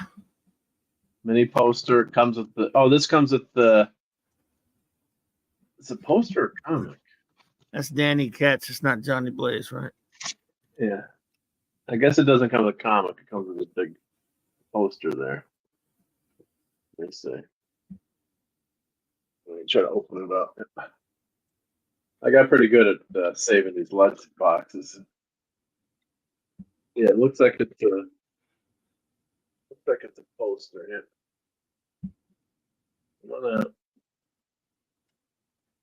Yeah, what's in the back here? Yeah. It's a gigantic poster. Oh yeah, and the instructions. Yep. For the figure. Yep. Real Wade Nation Gaming Clips. Hello. Welcome. Hey Wade. Yep. Yeah, Ultimate Spider-Man. Get a 3-issue subscription. Free. Wow. So yeah, back then when they were giving away, and I did like the Ultimate Spider-Man back in the day. Those first series of issues. Yeah. Oh, look who's here. Who's here? Yeah. RRTN's. Hey, what's going on? Greetings. Yeah. Good morning. Morning to you. Yeah. Well, I'll show you. Evening from us. Oh, let's see what you got here. Just hanging out the laundry at the moment. Ah, yes. Oh, exciting. Well, we couldn't see that yet. Now, I'll put you full screen for 2 seconds. There you go. Now do that again. There you go. There's the laundry. Yes. Bad man. On the clothes hangers, man. There you go. Yep. There we are. Nice. All right. Yeah. Okie Yep. Well, thank you for joining. Yeah. You're back full screen, Mark. Wagner says he's got that series. All right. They're selling these right now in Big Bad Toy Store. This is Invisible Woman. Why is their card just randomly stuck in there? This is one of the Hall of Fame series. Why is this card just randomly? Power Beast? What the heck is this? Marvel Annual Phalanx. Maybe they gave you cards in these? I didn't know. Doesn't look too familiar to me. Well, see, this is actually Invisible Woman, isn't here? You just can't see. Can't see her. So these were KB Toys 3 for $10. We went to the bargain bin. And she's got her figure can hold the shield as shown. It locks on. So, yeah, this must be displayed somewhere. Well, you can't see her. All right, here's some cool figures. Completely forgot I had these. Someone send you stuff. This is just old collecting. My collecting. Yeah. Just collecting. So Mark, of course, Mark. Name wrong. Battle of the Planets. At least it was Battle of the Planets. Over here, of course, it really is Gotchman. Yeah. Gotchman. Damn, this is a good figure. I forgot. That is good. That's kind of, yeah, I was going to say, wait, that looks pretty good, right? Look at the detail on that. Yeah. He's packing. It's a darn good figure. It's articulate. It's not a statue. It's articulate. Oh, he's got his accessories there. Thought that was Speed Racer at first, but no. Well, it is the same, kind of style. Yeah. Damn, that's a good figure. So, for sale. I got this figure for $7. Ah. So it comes with a kiosk. Long time ago, probably. Yeah, Series 2 coming to us. This is Series 1, G-Force. They are members of G-Force, and they protect the Earth from the evil force of the Spectre. Each figure includes a vehicle accessory and the character's preferred weapon. Figures and weapons sculpted by Gabriel Marquez. Vehicle sculpted by Soda. Weapons and figure. Let's see. More information, check out DiamondSelectToys.com. Man, these are not. That's been a while, dude. You've had it a while. Yeah, I forgot it was in there. Trick is to see if I can get them all back in the box. Oh, that's my phone ringing. Sorry about that. That's actually you're hearing. That's this on the ring. I didn't hear it. Yeah. Oh, you can't hear. Oh, it's because of the noise canceling. It's actually the Enterprise ringing. Yep. Look at this. Huh. Tiny. Of course, I bought Tiny. Why not? Dimensionally challenged hero. Yep. Damn, these are nice figures. Nice. That's pretty cool. Yeah. So Tiny's part of. Oh, this is the second series. So the set of $7 as well. Yes, no one bought them, but this is in the comic book shop. Go to. So Zoltar was the bad guy. Jason second in command. Those are in Tiny. Yep. I guess you got to have Tiny, right? Yeah. I haven't watched that forever. I used to see it. It's on afternoons, the 70s. Yeah. Syndication. Mark's weapon was throwing, the bottom left. Yeah, that was Mark's. He threw it like a boomerang. Right. See what else we got in here in the box. Yep. Right. Yep was a comic relief, if I'm remembering correctly. Yeah. Bolas and Space Buggy. Man, these are good. Nice detail on these figures. Nice paint job. The helmet. With the clear. There's his Bola there. I don't know if we got any Battles of the Planets fans here, but I'm gonna go see. I wonder if I need to get Princess to go with the gang. Yeah, I got Mark.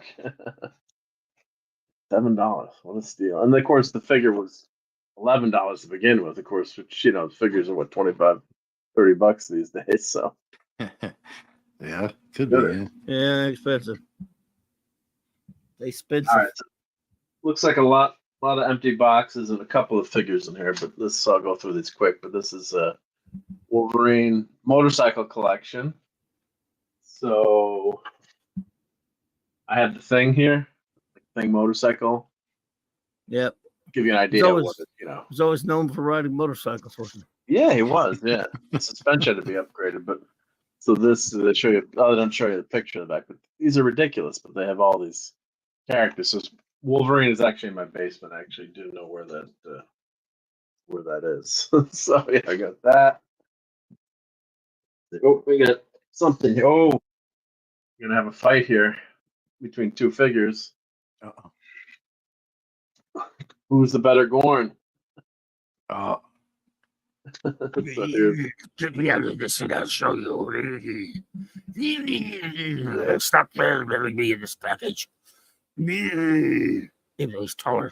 You got the Funko Pop one? I have a 3-way battle. Yeah, I do have the Funko Pop one. Clobby's gonna like that one. My voice won't though. No. Yeah, so here's the 5 1/4 Gorn. Of course, yeah, I'm glad I bought. It's like, do I have the Gorn? Yep. From the episode Arena, and the collector's card too, which is great. So, and he's got his dagger and communicator there. So, yeah, nice. I mean, yeah, it's a Playmate style, but it's pretty not as good as the later Gorn, obviously. But come on, Gorn, stand up. Get him to stand up. That's the one Raquel wants. But I locked my door, so let's see.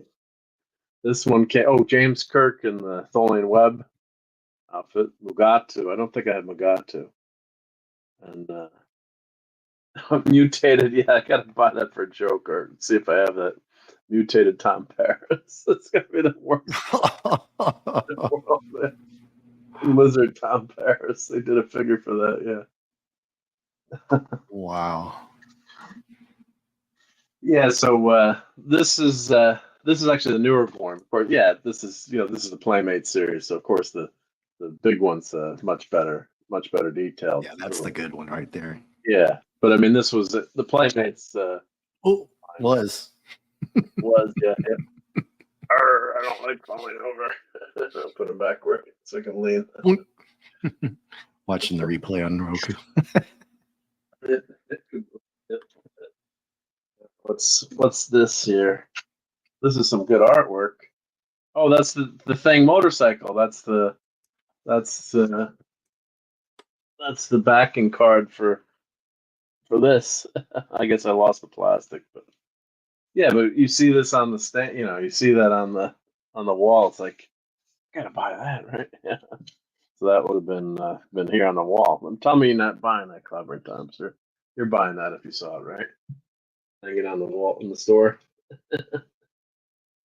Oh, I think Clavy had to pop out. Did we lose him? We probably had to pop out. He'd be right back. Yeah. He shall return. Yep.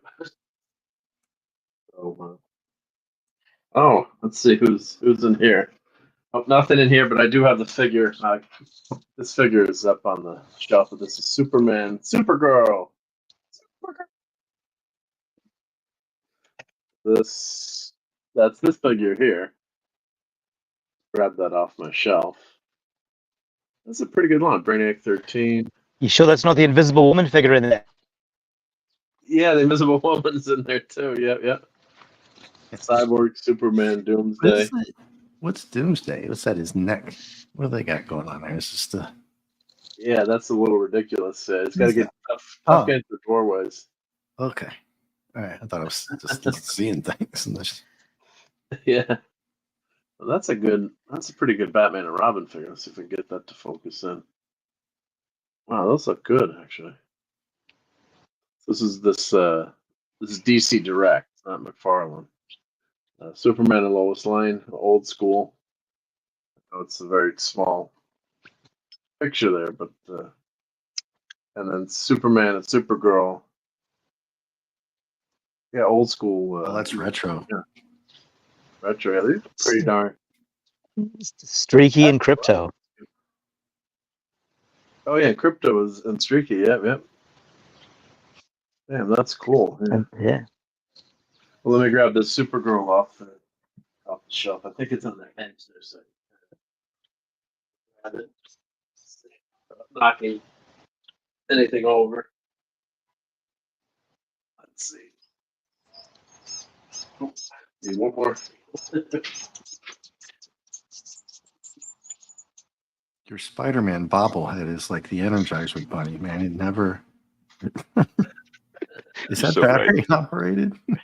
It's solar powered. Or atomic energy. All right, so I got Supergirl. This is for Lisa. This is with Peter David. She's actually not really Supergirl. She's Matrix. It's a Peter David. It's like an alien who took the form of Supergirl. But it's still a pretty cool figure. So that's let's see, compare the Supergirls. Yeah, it's I always like this figure. I love Peter David's run, and I guess I still follow those female superheroes, right? This one got a lot of sun damage on. I always liked Michael Turner's version of it. If you guys know what I'm talking about, most of you might. I'm sure he does a virgin cover of it, of her by herself. It's pretty cool. Oh, and Retro Nerd Girl is going to be on, I think, at 8 p.m. tonight with Lorena Creole doing a watch party. Where's Monkey Max? Not sure yet. Yeah, what's... oh, here's Juggernaut. Okay, so we got X-Men number 13, the reprint. Great cover there. I'm assuming, I don't know if Cloudy's back, but I think that's the first appearance of Juggernaut. I could be wrong. Series 6. So let's see who's in Series 6. We've got, that's the Juggernaut. I got the Punisher, Cable, Wolverine. This is hanging on my wall right behind me. That's a great figure. And Deadpool. I did not get Deadpool. I think I only have these two. I don't think I bought Cable. Going back in time now, whenever these were out, I would have bought these at a drop of the hat. But these Marvel Legends are just great figures, great accessories. But this is Toy Biz, and Toy Biz had the line. So, but yeah, Juggernaut's a great figure. So I have that on my shelf going down to the basement. I got Juggernaut there. That's a really, really well done thing. All right, so I apologize for empty boxes. But you gotta save the boxes too. So here's another the Spider-Man Ducati 996. I think that's in my basement area. But yeah, $3. Yeah, that's pretty good. What else we got here? A couple more things. I got one more box we'll go through. And then I'll make my list. So this is the Twist and Slam Hulk. What the heck is this? That also came with one of those, walls you could break through. So I think that doesn't give you a good view of the figure there, but let's see the light there. I think this is a pretty good figure if I remember. So, hey, what's Keiko? How's it going? Let's see. And Fanty says X-Men 12 was first Juggernaut, and Human Torch wasn't that issue. Okay, thank you. Yeah. When it's that low in the number, you're assuming. So this is, maybe I bought this as a toy for the kids, but Twist and Slam. There's Bruce Banner. Yep. And we got one last thing in the box. Here. Oh. It's Clobberton's favorite guy. Kel's favorite guy. Poopy Stew. Patrick Stewart. That's Professor X, yeah. Pretty nice box. What's this? Oh, so he's got dog tags here, I guess. Professor X. That stayed in the box. And do I have that? No, I don't know where this figure is. It might be in a loose box somewhere. I have I have an older, comic book version of Professor X on my desk. Anti-magnetic wheelchair. Oh, that's right. Yeah, for the scene where he goes to see Magneto, right? At the end of is that the first X-Men or was it the second one when he goes to see Magneto? Which one was it when he goes to see Magneto in the prison with the plastic prison? Oh, oof. First or second? Wow. End of the first, and then it's in the second too. It's in the second too. Okay. You kind of wonder why Xavier managed to get. Yeah. How does he get ambushed? Because he gets gassed in that one, and he and Cyclops are captured. Because they base that on God Love. Well, they stole the idea from God Loves Man Kills. But you think Xavier would have been able to read the guards' minds and know that they were going to ambush him? But yeah, he would think that, right? Yeah. Yeah. Don't ask that. Good of a question. I'm thinking too much there. Sorry. Yeah. Pesky brain. Yeah. So here, I hate it when they have the really small pictures, but of course this is Logan. We do get Sabretooth, Cyclops. So this is all the X-Men non-costume costumes. Toad. It's all movie versions in Rogue. Yeah, that's small. Well, make those a little bit bigger. But I don't know where that figure actually is. And then here that's the box for the thing. That's the Thing Cycle box. Yep. So that's that box. Let me put everything back. See if I can. The trick is when you take the stuff out of the box and then you're trying to figure out like the jigsaw puzzle how you actually fit everything in. So I just throw these in quick, right? Get to the next box / unboxing. And what I've been doing is making a list of what I own too, so I have it all categorized, which is nice to do. And I can what software are you using, or you got a pen in hand for that project? Just doing Excel or actually Google Docs that one right now. But yeah, they do have Collector Z company. There are some collecting software out there. Mainly, I think they're better for comic books. And of course, yeah, they get everything. Redo this box again. They don't all fit back. They get the other box right back.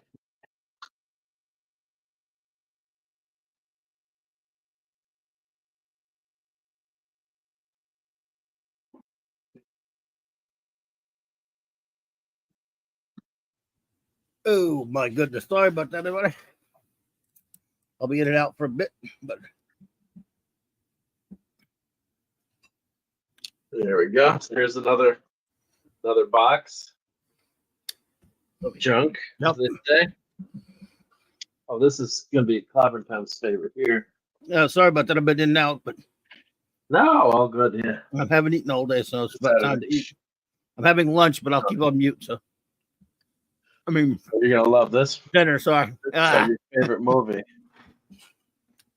This is a classic. God, Ben Affleck. I should get him to sign this for me. So, but I just love these figures with all these accessories. So, I mean, the backgrounds, and they really do put a lot into these. So, I got to say, yeah, it's like buying Space Ghost without Blip, right? Yeah, it does look like Batman there. I mean, Ben Affleck. Yep. Ben Affleck.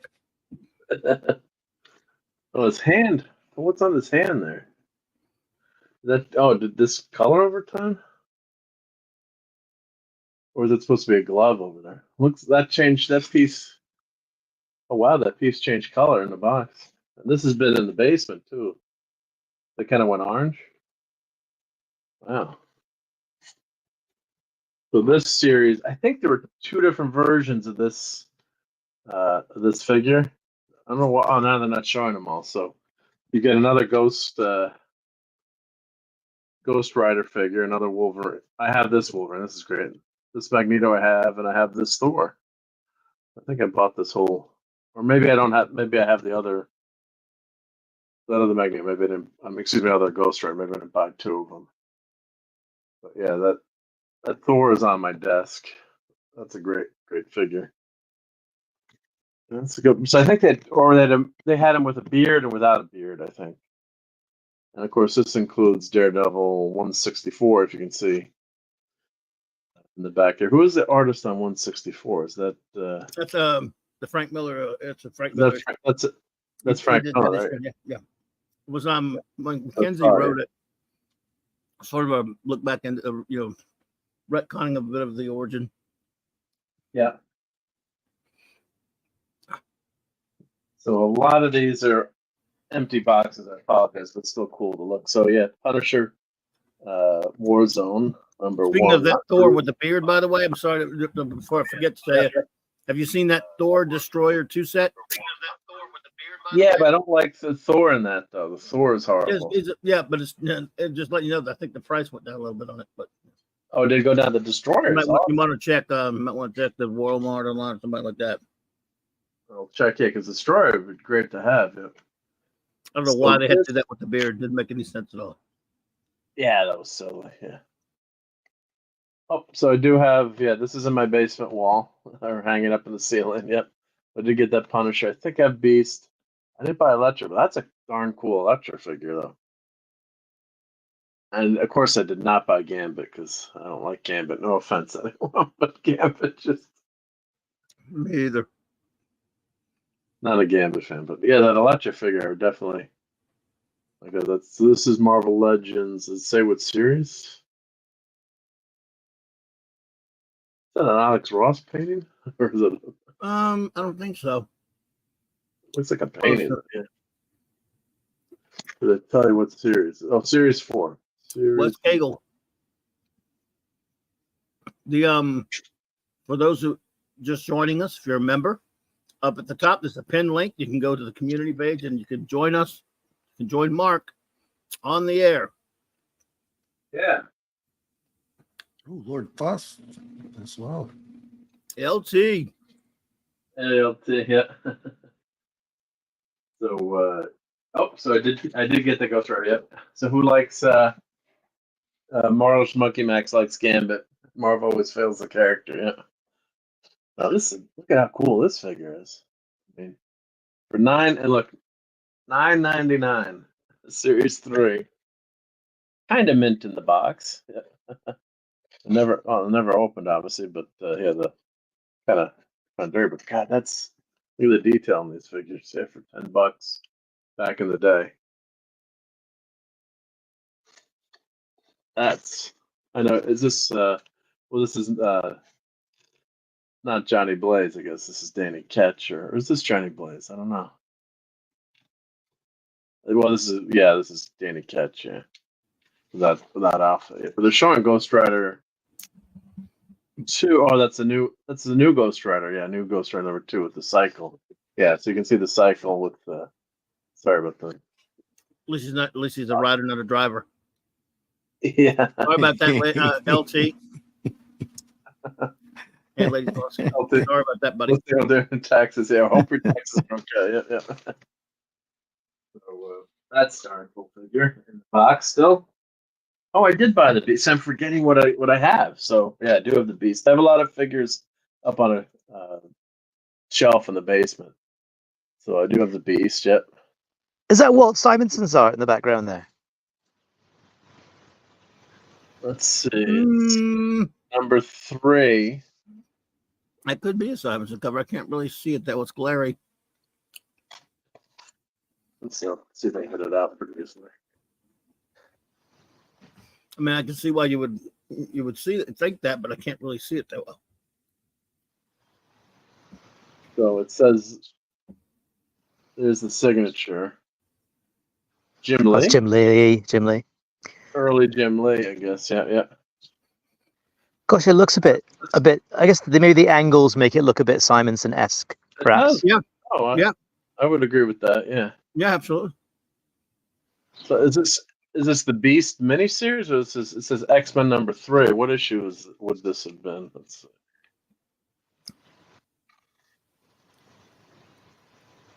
Let's see what's on the back here. Oh, X-Men Volume 2, number 3. Yeah, featuring the Beast. Okay. I wasn't buying the book at that time, so I don't know. Yep, so I did buy. So I have so far. I've got Punisher and the Beast, which makes sense. I would buy those two.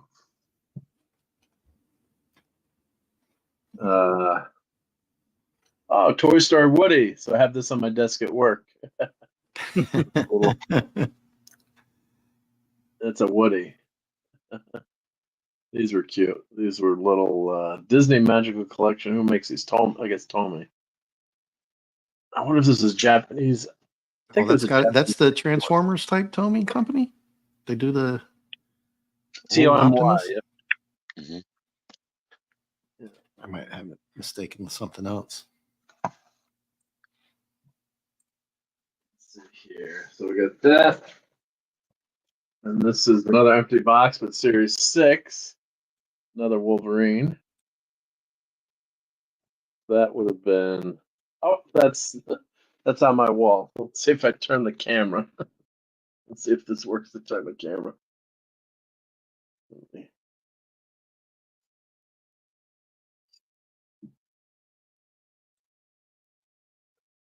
See that?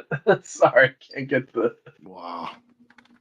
That's that figure on my wall. So and there's the Spider-Man with J. Jonah Jameson yelling at him.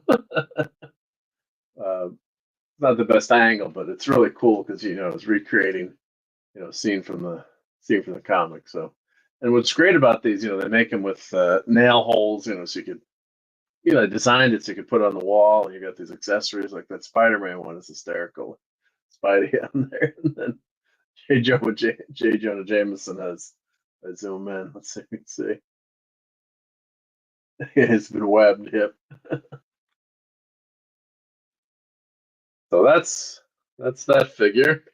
So you always got to save the box, right? Even if you free your figures, I always save the box. I think it was so you have that. So that's one of the better. I think that's one of the better.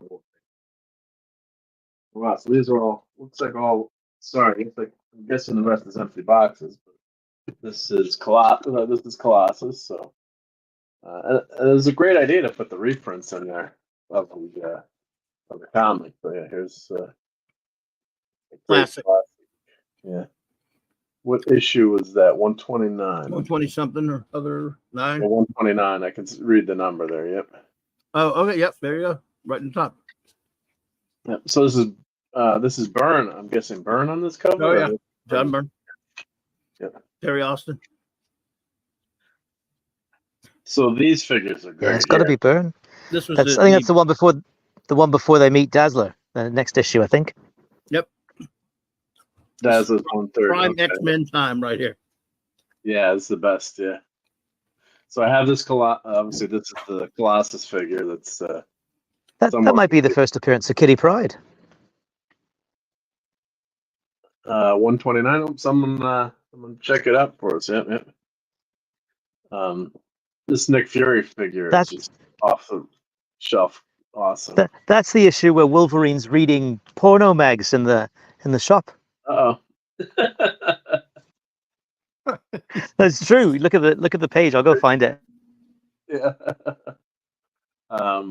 This is fantastic. I have this figure. I have that Nick Fury one there. It's a great one. That Nick Fury is great. Franco cover in the back there. I have Silver Surfer and Howard the Duck. Yeah, me too. Howard the Duck, but I can't find the board. I don't know where the board went. I'm trying to find the board. To me, my board. I have Sabretooth. Yep. I don't think I bought Blade there. Of course, we're getting a new Blade movie, and I guess they're rewriting it so Blade is in the movie. Yeah, they might actually put him in the movie. They might put him in the movie. Not sure if that's going to do him any good or not. Here's the Silver Surfer figure. 30 page. Oh, the comic book. I must have taken the comic book out. Somebody that I took the comics out, I guess, and put them in my collection. Yeah, this one isn't. Yeah, because I was flipping through it last week. I put it in my Silver Surfer collection. I think it's I don't remember what issue they had in this, but it's the same. And this probably number one. Yeah, this Mr. Fantastic figure. Oh yeah. Auburn Times. You must have that. Oh yeah, right? yeah. Oh yeah. The bathtub. Does it come with the bathtub? The Fantastic. Is that the one that came with the bathtub? I have the bathtub. Because I'm looking at it right now on my shelf, but I don't remember if that one came with the bathtub. I have my bathtub sitting on top of my with my statues of the FF and stuff. But I've got Charlie Brown, Bullwinkle, Rocky, and somebody else in it. I got the 4 different. For some reason, it's small. All right, so this is Magneto. So sorry about the open. When I grabbed these boxes in the basement, I don't know if there's stuff in them. But this is that Jim Lee number 2, or which issue is this? It's probably Jim Lee. Yeah, it's Jim Lee. So that's that Magneto with the Sentinel head there. I've never been the biggest Jim Lee guy, even though the two of us were born on the exact same day. Oh, wow. Year and everything. Marvel Legends Thor. It looks like almost like a Barry Windsor Smith cover. It is a Barry cover. Thor number 39. Mighty Thor 39. Oh, that's the Legacy. Yeah, 541. That's the volume 2. I think it's volume 2.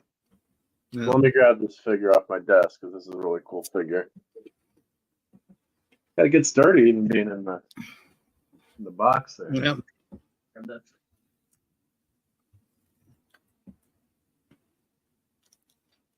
Hiding on the back of my desk here. Come on, Thor. Let's see if I can grab him out. Kind of behind my monitor here. Oh, he's got face is falling off. Steve Mitchum would like this figure. Yep. I should switch him with the other Thor on the wall there.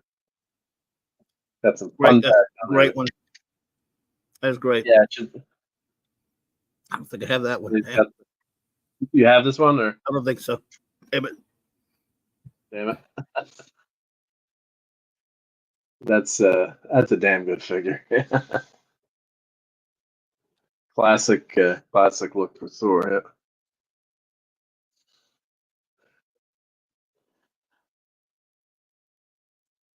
Let's see if Mjolnir has an inscription on him. No inscription. Oh. Yeah, LT. I just never got into that style. I don't like any of those the guys who started Marvel that went and formed Image. I don't like any of them that much at all. I mean, I like what they did, the idea of Image, the concept that, of course, what they did, the creator-owned comics. They all treated Jack Kirby very well. They were good to him, so I appreciate him for that. And I told him so once, actually. I met him once at a friend's comic shop. But it's just not really big into their style. Everybody's like these gigantic, over-muscled, impossible creatures. Everybody, not just like a few people. Everybody. Especially like when Jim Lee did that Hush thing that people love so much. Superman and Batman looked like they're just interchangeable. And in the same, they just looked like big, ridiculous, muscle bound. I don't know. I just don't like their style much. He's not as bad as Rob Liefeld, but it's just me. So there's the newer Thor. I should switch these guys up. I should put this Thor there and put the other one because I can't see this figure. It's like behind my monitor, but I think it's such a. The Oliver Coppel Thor is very cool in a way too. I don't like that costume. This one here is the most perfect Thor costume for me. I guess. True, but in terms of if you're gonna modernize the I shouldn't say modernize, but just flip it up. That honors the old costume too, and that kind of looks like a knight in shining armor in some ways. So I didn't mind that costume. It's not that it's bad. I just love the old one more. Classic is awesome. It's better than the movie one. Parker Luck has a question here. Do I have any of the anime series other than the toy figures at all? I think that's probably the only ones I own. I'm guessing, but who knows what's in the. I'm gonna keep doing these unboxings and calling that. I haven't done in a while. Toys in the attic and just let's see what I got because sometimes you want to go complete a collection or finish something and then you're not sure what what you have, which is horrible to say, but I can't display all these. So if I had a big enough place, I'd rotate some out. Or my room is like 12 by 12, so I ended up just putting a lot of these away. And then as you can see, I've used every nook and cranny of wall space that I have to show this stuff or put them on the wall or hang them. In the basement, I have about 30 figures hanging from my ceiling. I've shown that before, but that's a fun way to show them. But I don't think I do, other than maybe might have some Speed Racer stuff that we bought back in the day. And while I'm showing action figures, that you guys have all seen these probably in Clyburn times. I bought this was on sale at Wally Mart for the original. Yeah, I had to have it. Right. A year ago, that thing was you couldn't find it on the shelves. It was going for $50 and $60. My friends were panicking because they wanted it because he was real the original Star-Lord. And now it's like $5 on Walmart because people realize he didn't look like Chris Pratt. No, it really doesn't look like Chris Pratt. Look who's here, Wagner. Hey, Wagner. All right, thanks for stopping by. Hey, you're talking my language here. Legends. Action figures, right? Yeah. Yeah, I just was at a big comic book sale today and picked up the Spider-Man and His Amazing Friends box set. Oh, nice. I wanted to get that one. Yeah. Yeah. So I got the most important character, Ms. Lion. Good. Oh, the Miss Lion, and that is really good. Yeah. Yeah. It was on sale. It was about. You got a good deal on it. Good. It was how much? About $50 off. Oh, nice. Yeah. And I picked up a few other things too. I was debating on that Thor Destroyer, but I already have the old Destroyer, so I wasn't sure if I really needed an upgrade or not. Do you think that Destroyer is better than the old one, or? Well, I think the new one is better. It's taller, but I don't know if I want to spend that much money just for a Destroyer because I don't like the Thor. I think it's going down a little bit on one of the sites I saw, though. You might want to watch for it. Well, it was real expensive, even on sale. It was about $80 for that, for those two. So that's too much. It was like $30 somewhere I saw. Yeah, but that might be down here. I almost got the Herald of Galactus 2 set, the Terex and the other guy, but I don't know. I don't like the very first Herald. I can't even remember his name anymore. So Gabriel Airwalker. No, it was actually before that. They retconned it, so he had a previous one to the Silver Surfer, and that's the one that was there. And so it's like, I don't want that one. Valid. So I didn't want to buy both of them just to have one figure. So not to blame me. That's valid. Did you have to wear snowshoes to go to the sale? Oh no, it's nice today. It's about 17 degrees Celsius, so that's about 68 degrees Fahrenheit. That's about tropical for Calgary, isn't it? Tropical. Recently, yeah, we had snow last week, so yeah. Oop, I can't find Star-Lord's gun. I got to find out where the gun. Oh, you just opened that, Mark. I know I did. Well, it's some on my desk somewhere. Or I have a little box that I put all the little kit and caboodles in. So I got to see if it's not in there. Hopefully, it didn't fall onto the floor or something. But this place. They didn't come to secure his accessories, what little they were. No. I never vacuum in here. Like, don't vacuum in here until I check for pieces that fell on the floor. Yeah. But here's an Ant-Man version of J.T. Kirk. Hallmark. J.T. Kirk. I don't know why they did this so small. So Mark, I joined late here, so I was just wondering, those boxes you were showing, did they actually have action figures in them at one point, or did you just have boxes? Yeah. That's everything I bought. And then and Hail to Mr. Angel, and just some of them are on display. Like some of the stuff I was able to find. Some are in my basement, and there's a few that were in there. But now what I got to do is add these to my action figure list, so I know what I've got and don't got. This was another purchase that you guys might have seen, showing with Clobbering Times. So I finally got this set. This was on sale, thankfully. I'm buying the Gray Hulk, it's not the Gray Hulk, really. It's the original Hulk with Banner figures. That's really good. See, like Banner in the box is gonna heat this up. His legs are crossed, kind of bow-legged, but the glasses, nice detail, and these really well done figure, I think. Yeah. Don't fall better. So Wagner, what's your favorite? What are some of your favorite figures to collect, or any specific series? Or well, I was collecting Marvel Legends from about Series 2, the original series. I missed out on the first set, but then I went back and bought a couple of them.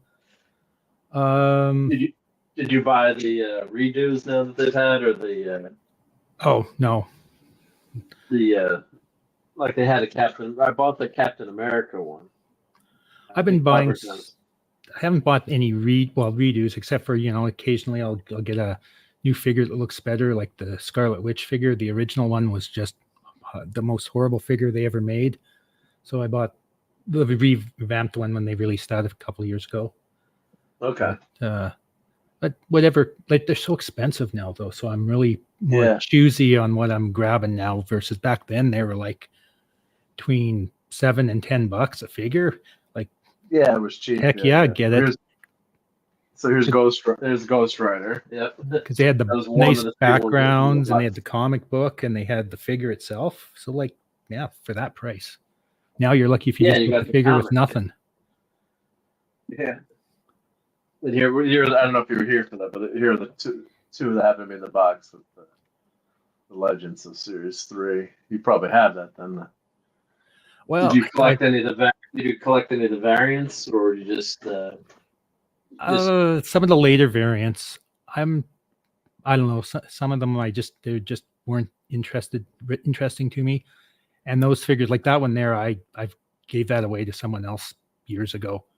It's just a figure I bought, and it's like, you know what? I prefer the more modern, not the more modern, but the newer version of the Daredevil figure, and not the movie figure. So I gave that one away. I've done that with a few figures that it's like, why am I holding on to this? I might as well just give it to someone who might enjoy it. Did they have with that one? Did they have the regular Daredevil, or was it just the Batflick? It was just the movie. That series had a bunch of the movie ones, and it's just like, so I got it, and then it's like, why did I get it? I guess because it was the only Daredevil really at that time. Yeah, I guess they had the Daredevil from Secret Wars figure, I think. Yeah. But and then they really never did regular Daredevil until the versus 2-packs with him versus what was it? What was he? Was it with the Kingpin? I think you're right. Yeah. Yeah, they had and I got the variants there. I got the black suit Kingpin and the white suit Kingpin for that. Nice. Yeah. So, no, it was a great time to collect action figures. And I didn't buy that, like the 4 Marvel Legends. Like, oh, I'm going to spend $40 on action figures. That's crazy, right? And then going back, if I had the chance to buy those, would have been like, oh, that would have been been awesome. Yep. And hail to seriously awesome. And the Marvel Selects, some of the ones from that era are also great because they fit right into the Marvel Legends. Like the Watcher is perfect as a Marvel Legend. And I know some people had a little thing against it, but I think the Thanos from the Marvel Select ones fits really good. And yeah, he's a little bit big, but you know what? He varied in size depending on what book he was in. So I think that works, right? Yeah. I'm looking at the Watcher right now. He's watching down at me on my shelf back there. So it was was it Diamond Select or Marvel Select? It was Marvel Select. Select, it was distributed by Diamond, so distributed by Diamond, right? Yeah, but they were a bigger scale than the they were the 7th-inch scale. Although the Watcher himself is probably it's too small for that scale. Yeah, it'd probably been about the Watcher's a lot taller than how tall is the Watcher? Isn't he like 12 feet tall or something? Or depending on the comic, but I think sometimes he was depicted almost like Galactus size. He could he could vary his size any way he wanted, but yeah. Right. You could do a crossover with that little Jim and that monster Galactus you have. Have him swinging around. Yeah, let me call up the Marvel Legends line just so we can we'll look at those figures. That was just such a good time to be. That was when was that the first real Legends? Was that the first time other than the Secret Wars that they had figures in the Migos? I'm trying to remember now. Well, Toy Biz had some figures of various sizes and different action features and stuff, which kind of carried through for a few waves of the Legends. Like the what was it? The Toad figure was actually a non-Marvel Legends that they just repurposed to be a Marvel Legends. It was repurposed? Okay. Yeah. It's also a good time because DC had the Mattel collection that was also 6-inch, so they fit in perfectly with the Legends, so you can mix and match. And they released a whole bunch of cool figures too. Yeah, so here is we'll cover some of these and then we'll get out of here so everyone can get dinner. But here's series 1. So that was the Cap. I remember these when these came out. Cap, Iron Man. Talk to the hand, Iron Man. Still have some of those. Yeah. All those. Code. Yeah, this is the variant. Yeah, the stealth armor. I'm like, why do they have variants? This Hulk was horrible with these hands. Yeah, I hated his hands. It was awful. Why the heck would they do the Hulk with hands like that? I think I have that one though. Yep. But let's see. So here you were mentioning the Face Off series. Let's see, where is it? Face Off set. This is the one with Daredevil, I think, in it, right?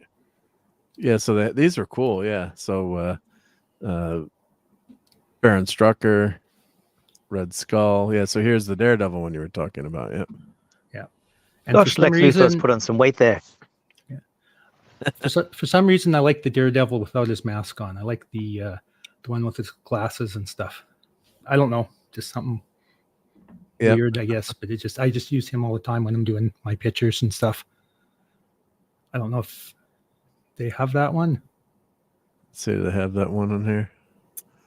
Here's the unmasked. Yeah, here we go. Yep. Yeah, that's the guy. I don't know, just something about him. His shoulders are wonky, but look at his shoulders there. God. What happened there? Ouch. Actually, if it's okay, can I share my screen and I'll show you some of my collection? Yeah, no, awesome. Yeah, that'd be great. Yeah. Okay. Share screen. We love doing these members streams, so Can you see it? Let's see. Is it? It's not showing up on the. Did you see a notification, Albert? Okay, choose. So I guess I gotta. Oh yeah, you gotta choose which. Do you have more than one screen or? They're all showing YouTube, so that's weird. Oh, so I don't want to share. Oh, I want to shoot a window. Okay, here we go. Yeah, you can share. Yep. Okay, let's click present. Let's see. Does that show? There we go. Yep. There we go. Add the stage. Oh, we both did it at the same Go time. ahead. So there is my Civil War awesome display. Nice. I have some of those. And yeah, different angles. And then there's my Fantastic Four line. Nice. So which is that? The Build-A-Figure? A big Build-A-Figure Galactus. Yeah. Yep. And the who's, Watcher. Thanos and Spidey there. Yep. I love that Watcher figure. And I got the Death. Is that the newer FF with the jacket? That was the new read that was really cool. This was the older one. This is the the one in the costume that Clobby doesn't like. Okay. With the darker blue and white. Was that the set that you bought with Herbie and there was all of them? Yes. Like it was a 5-piece set or something? Or, yeah, and it came with Impossible Man and Herbie and. Yeah. I never got that one. I remember that one. I'm not buying that. Yeah. I didn't get that one. Yeah. No. Oh, here. There's my X-Men. Oh, I love that Angel. Yep. Yeah. And the Sentinel Bigger-Figure. I've got that. And then there was the Mr. Sinister Build-A-Figure too. You can see him better in this picture. Let's see. Oh, do right I have there. that? Oh yeah, I do. Oh, not Mr. Sinister. Apocalypse. Sorry, Apocalypse. Apocalypse. Yeah, I do have that. Sorry, I was Pyro's looking at taking 5. Pyro's had enough. It's like, right. need a break, mate. Yeah. I love that Angel figure. Is that Angel figure a great Angel? Yeah, it was a really nice one. Goodbye, Donnie. Goodbye, that bud. Angel looks nice. And then there's my kind of a See you, Donnie. Good night, Donnie. Spidey villains. Yeah. Yeah. Is the lizard going to eat a baby there? Oh yes, of course, because that was right around the time when that happened in the comic books. So of course I had to put that in there. And I just had the stupid hard hat on the Vulture because why not? New levels of villainy. Goodness gracious. Get an Angel and Vulture flying at each other. I do have that Green Goblin figure. That's a good one. And then the Hobgoblin on the other side. Yeah, like I said, these are nice. Great figures. Oh yeah, there now you can see the Impossible Man better. Oh man, Oh, there you go. that. That's nice. I never got that. Yeah. Damn. And then let's see. I think this is the rerun. Oh, and then just some DC and Marvel. And that's my. Is that Nightfall, or no? No, it was just Batman and stuff. Just Batman. Yeah. Yeah, and then I just. The Carnage. No, that was Toxin or something like that. It was one of Carnage's children, offspring. Yeah, he was actually a good guy. For weird. Okay. And then my custom Ace the Bad Hound there. Hey, oh man, yeah, nice. It's hard to see it because it's facing. Oh man, Bat. But oh my goodness, Ace the Bad Hound. You did that? You made that? Yeah, or, oh my, I love it. I love Ace. What was the original figure? It was just some dollar store dog figure, and I grabbed the cape from some other figure. And nice. Well done. Just some other figures here from the line. My MODOK. Zoom into that. Yeah, that MODOK was. That's the one I have. That's a good MODOK. And then the really good. Night. Sure. And then of course, come on, Beta Ray Bell. Beta Ray Bell. Beta Ray Bell. It's a good Beta Ray Bell. Do I think that's? Yeah, I think that's. On the Punisher. I think that's all. I mean, yeah. Did you? Yeah, you showed that one. Yeah. No, that's great. Yeah. No. I do have a bunch more, but. And that's the Iron Man. That's the Marvel Legends. Later, one of the later Legends, I think. Right. Yep. So you have these all on display. On show. Yeah, I actually have some more here too, but it's just like I don't know if I put this up. Does this? Sure, go for it if you want. Yep. Here, do I have it?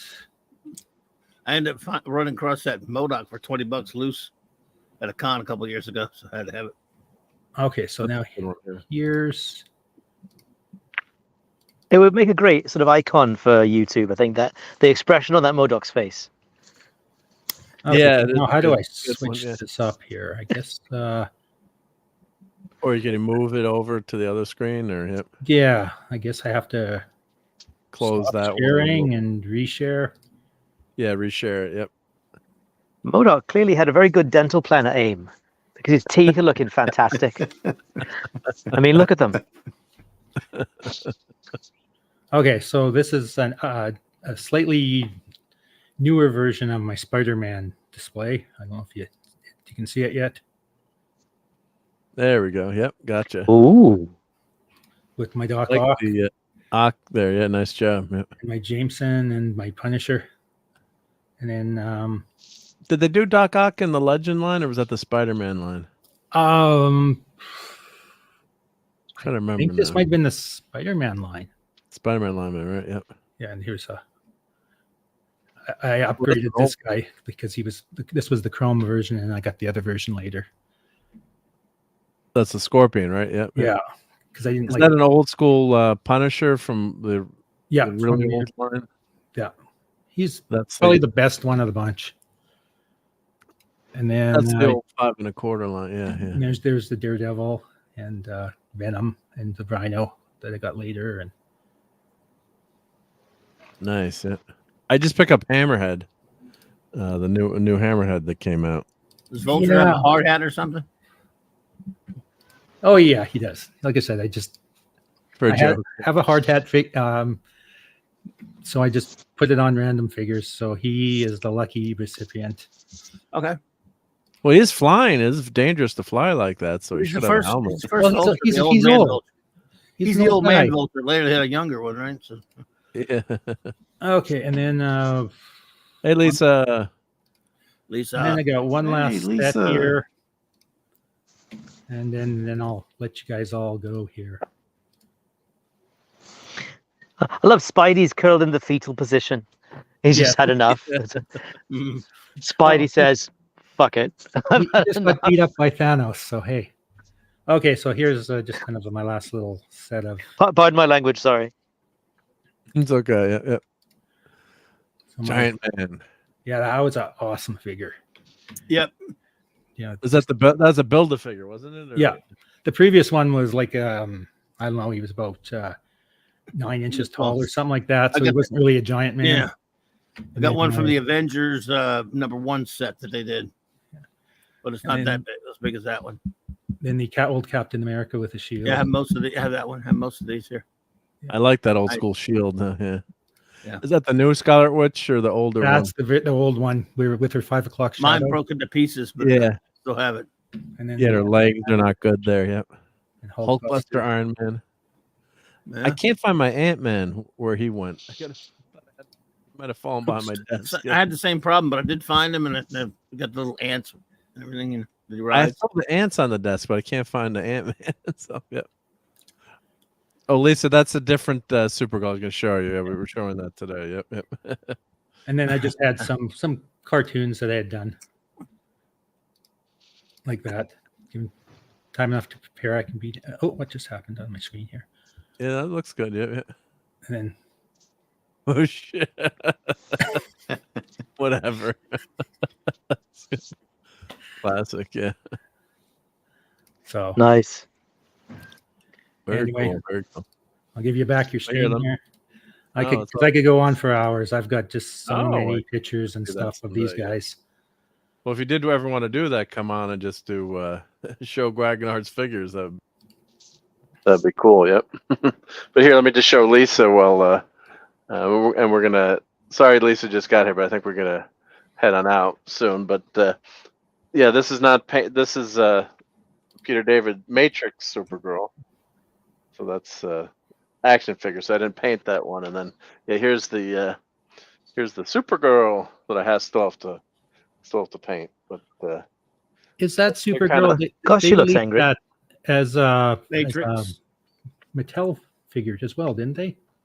Because I have that. Let's see who did this one. This is DC Comics. It says DC Comics on her leg there. So I don't know if it's a DC Direct one or yeah, because I have that with a bunch of my other DC figures. Yeah, and then this is the 3D printed one, and then here's my. This was the Avengers set. Yeah, that's the small guy. The small giant man. Yeah. Yeah, he's basically Giant Man if you use the 3 1/4 scale figures. Yeah, that's what I got. Yeah. That was a good Avengers. Unusually large, but not gigantic man. Yeah.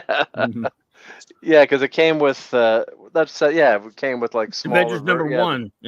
Yeah, it came with the Wasp figure, and it came with the other Ant-Man figure. Ant-Man. And ants. Yeah. And ants. And ants, yeah. And I can't find the damn Hulk Ant-Man, is way too small in that set, though. Yeah. So here's some of the ants. They're next to K9 here. He is Ant-Man. What's he holding? The Hulk. Oh, he's got a pipe here. He's got a squash pipe. Yep.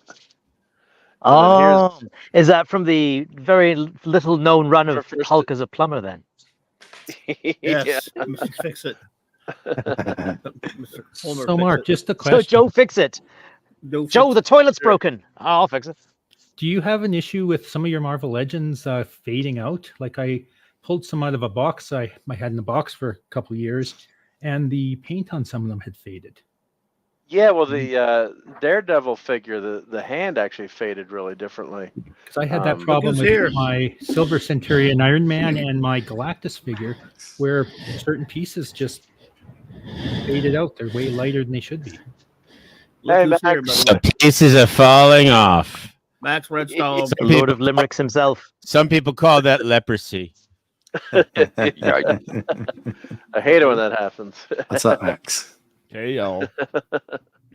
So you got your limericks ready for tonight, Max? Or, I got to do one. I got to finish one for Memorial. I wrote 2 for Virtuoso because, I kind of makes sense. Huh? I usually do rewatches. Sometimes I could do it from memory, but usually do a rewatch. I'm like, wow, these Komar are the biggest jerks in the galaxy. They are, and that is including. Spoiler: it's about singing. Yeah. That shows that you could understand why they had no culture, no artistic, they didn't, no art. Like, I know you people have sent someone to Earth. It's the Maitre D from Ferris Bueller's Day Off. Well, just pretend you're the Sausage King of Chicago and you're all You're set. Abe Froman. Abe Froman. You're an asshole. The Sausage King of Chicago. Mr. Froman, Sergeant Peterson, Chicago Police. Space, the final frontier. These are the voyagers of the starship Voyager. Their mission to, they're space jugs, and they're chasing other space jugs who are bigger space jugs. And they were brought all the way across the galaxy by an even bigger space jug. And this week, they meet the biggest space jugs in the galaxy. It works for me. Nice. Well done. Well done. Is there bigger jerk as Rick Berman? Fuck you, Rick Berman. Fuck you, Rick Berman. Rick Berman brought us Sunkatsu. You can't complain about that. Maybe Rick Berman will bring them some pizza rolls on that planet. Oh God. Oh man. Yeah, well, when you see what's, I haven't watched any of the season of Discovery yet. Or maybe I'll do that after the streams. Why? No, Why? don't. Why? Why? Don't. This season Why? of Why would you do that? the latest season of the Star Trek Discovery Life is destroyed short my and precious. life. No, I'm just kidding. Fentanyl did. I watched the first episode, and I never need to tune into any modern Star Trek ever again. So don't do it. I think fentanyl will be more entertaining. Well, fentanyl will be quicker, that's for sure. Getting hit in the head by a rock would be. I don't know if they want to keep saying that word on here much. Don't say that word. That's a bad algorithm word. I'll say this, and I probably typed it up before. I gave Discovery a chance, but between the season 2 episodes 4 and 5, they did like narration over music on the cold open. I'm like, no, that's it. I'm out. Well, I'm a glutton for punishment, so I've watched everything up to this last season, so I just want to, and I did give us the macaroni and cheese. No. So you know what? I don't know what that is. You poor man. I don't need to know what that is. You've never seen the macaroni and cheese clip? Nope. Don't need it. Don't want to. Don't need to. Too late now. I've played it before. Yeah, I played it before, but you might have. You Mark. You provide us with prodigious talkie toaster clips. Yeah. Okay? Yeah, but he learned something about talkie toaster. Oh. He hadn't seen the because the best part's white is the white hole. He hadn't seen that yet. But the DVD was messed up. Yeah, so no, I do have some more talkie toaster clips here. Yeah, I gave it a chance, but I didn't. I knew it was going to be shit, but I did watch it. But I wasn't giving it a chance when I watched it. It was going to be shit. I'll be totally unfair to it. Now, Picard, I didn't give it a chance. Sorry, Mark. Now I did it.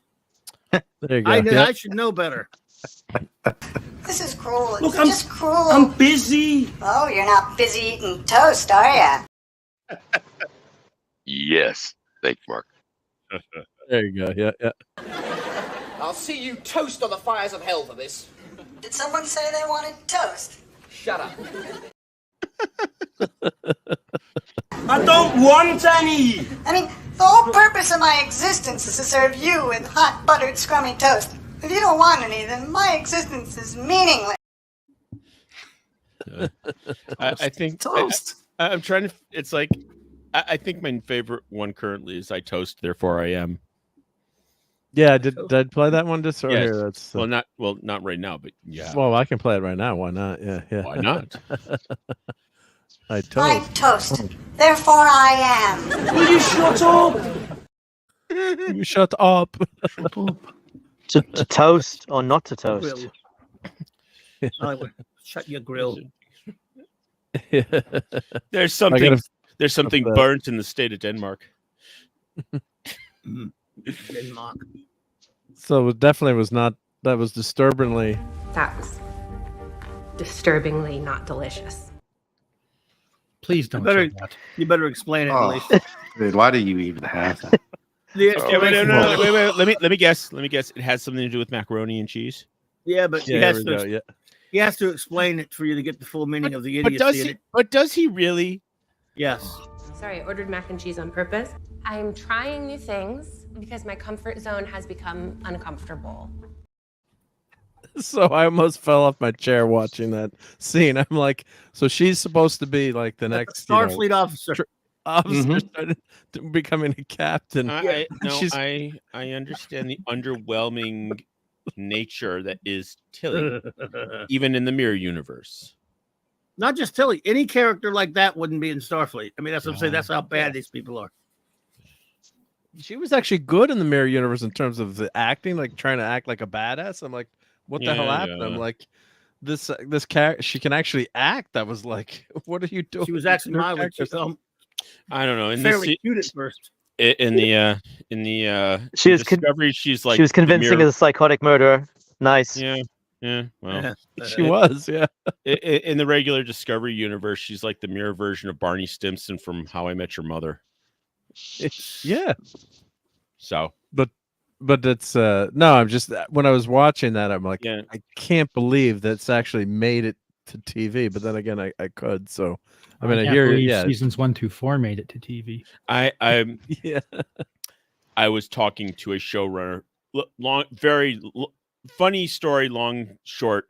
I was talking to a showrunner about an episode of a cartoon I saw. I'm like, wait a second, it's a multiverse episode. Oh my God. They did a multiverse episode with their 2 weakest characters.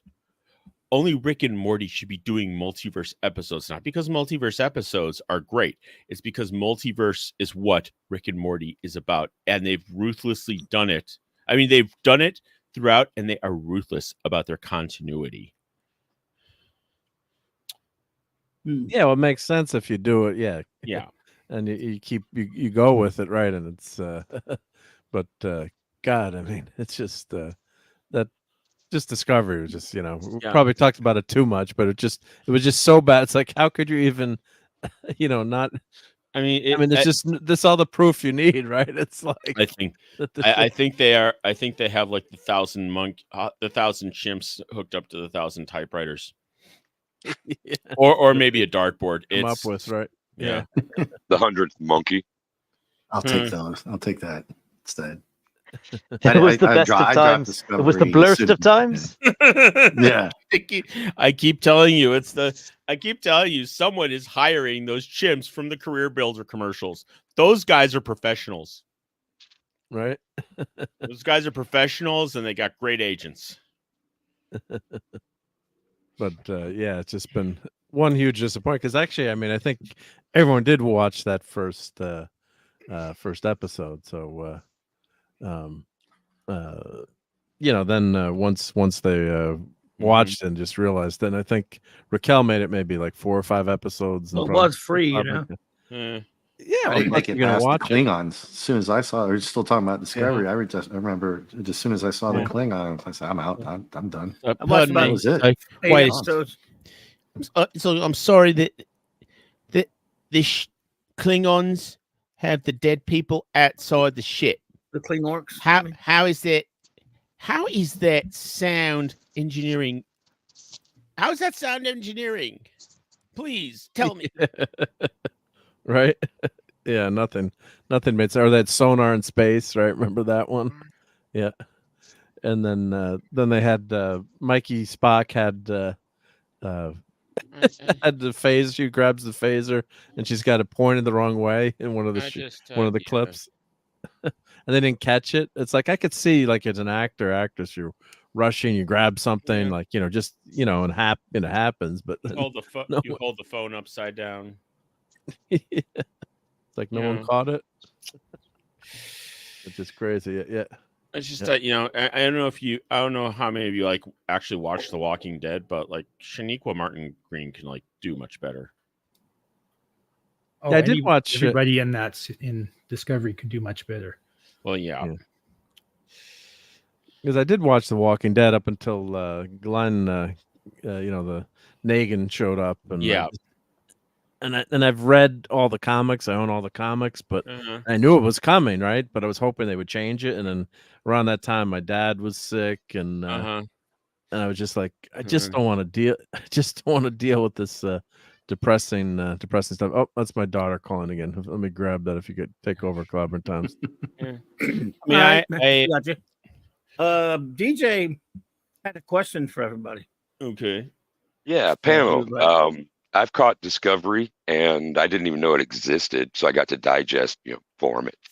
And could everybody give me, if you care to, about a paragraph on why you dump on all the new stuff so harshly? I can do it.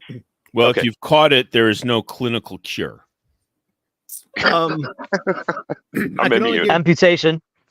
I can give you personal reasons. Yes, that when it boils down to it, that's all it really is. It like everything after 2005 is not actually legitimate Star Trek. Everything is pastiche, pretty much. It is not just for the canon violations, but let's just go with I'll leave the filthy Jar Jar Abrams movies alone for a second. STD was, of course, the first thing after that, and it was a quote unquote TV show, although it only aired on national, really, actual terrestrial television for one episode. And now it became streaming.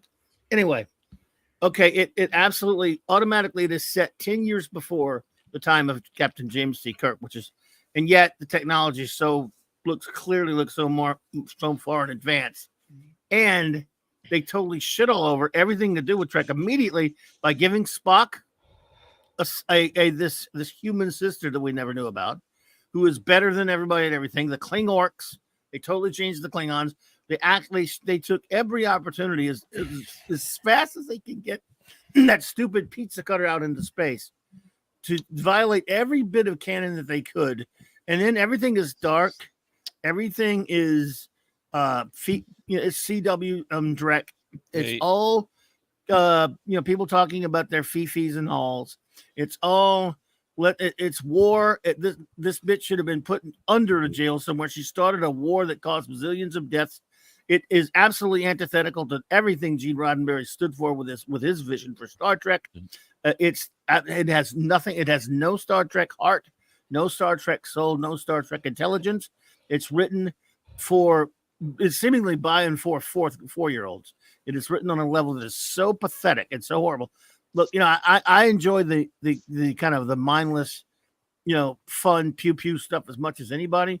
Star Trek should not be that. It should be held to a higher standard. That doesn't mean you want to have bad episodes or flawed episodes, but it has a standard to be held to, and we hold to that standard.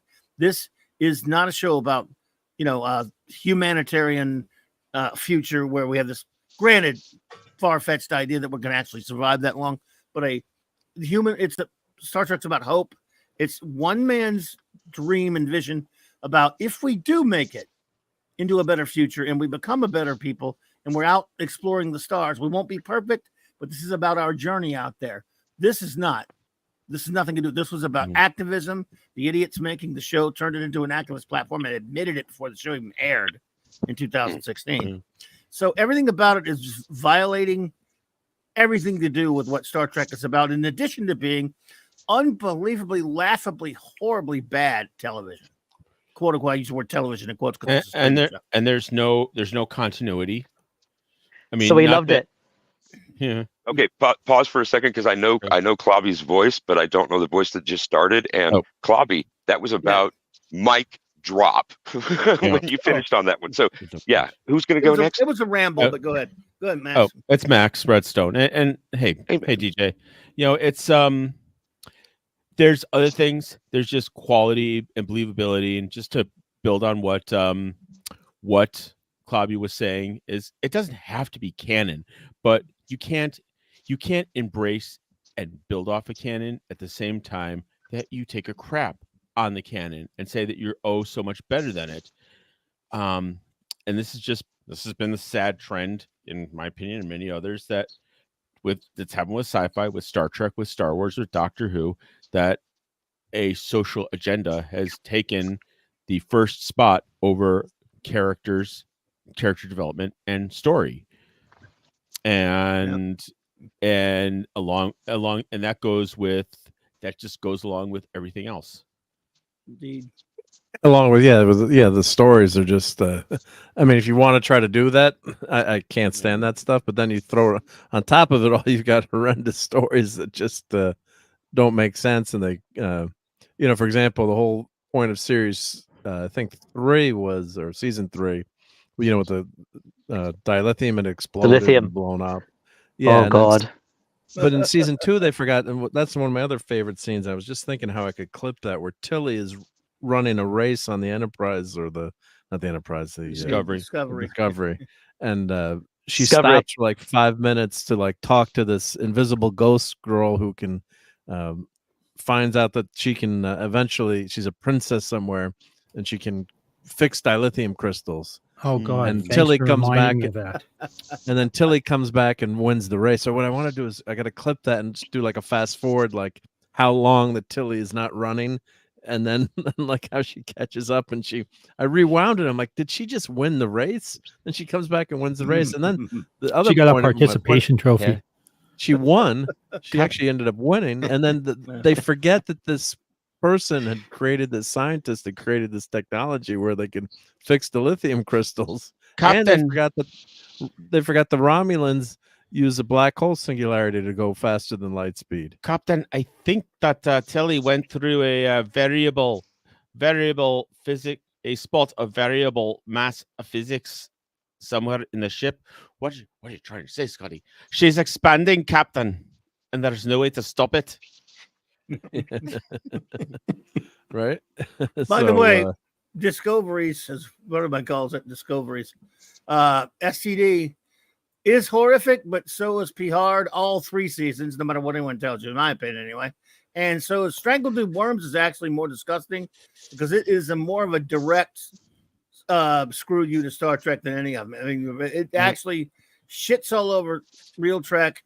I mean, STD is one thing, what they do to Spock's terrible and all this stuff. But that's a more disgusting dump on original series than anything. Strangledude Worms. And how anyone likes that is mind-boggling. But And we have watched that. I have a lot of subjected people myself to that. A lot of people do like that though. Yeah, man, and they claim to even love the original series while liking that one. So you got me. But the universe is full of mysteries, right? I didn't get past the first season on that one. Yes, Clavy and panel, please indulge me because I am so naive and I appreciate the wisdom that's here, but I'm not trying to swing off your dicks either. It's like, is it basically that everything is couched by Roddenberry and TOS, and so if it does not follow that universe and that canon that was established, then it's like disallowed or it's dumped on. Can you help elucidate that? And Mark, rein it in if you need to. Sure. Yep. My answer to that would be every individual fan makes their own decisions. So I don't choose for anyone else. I joke around, I tease people about it, but the fact is, I can only make decisions for me.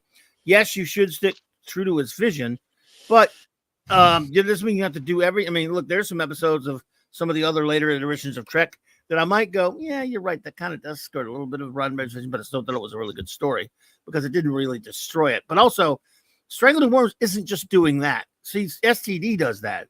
P. Hard really does as far as completely violating Roddenberry's. Those are the worst offenders.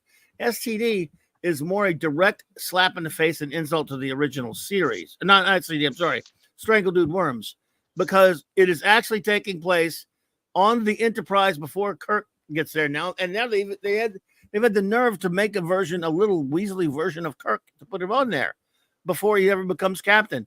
And it's shit so that's terrible. It's one thing, the occasional like canon fluff, but they've taken canon and given it like a gigantic, like 50 starships up the ass at warp speed.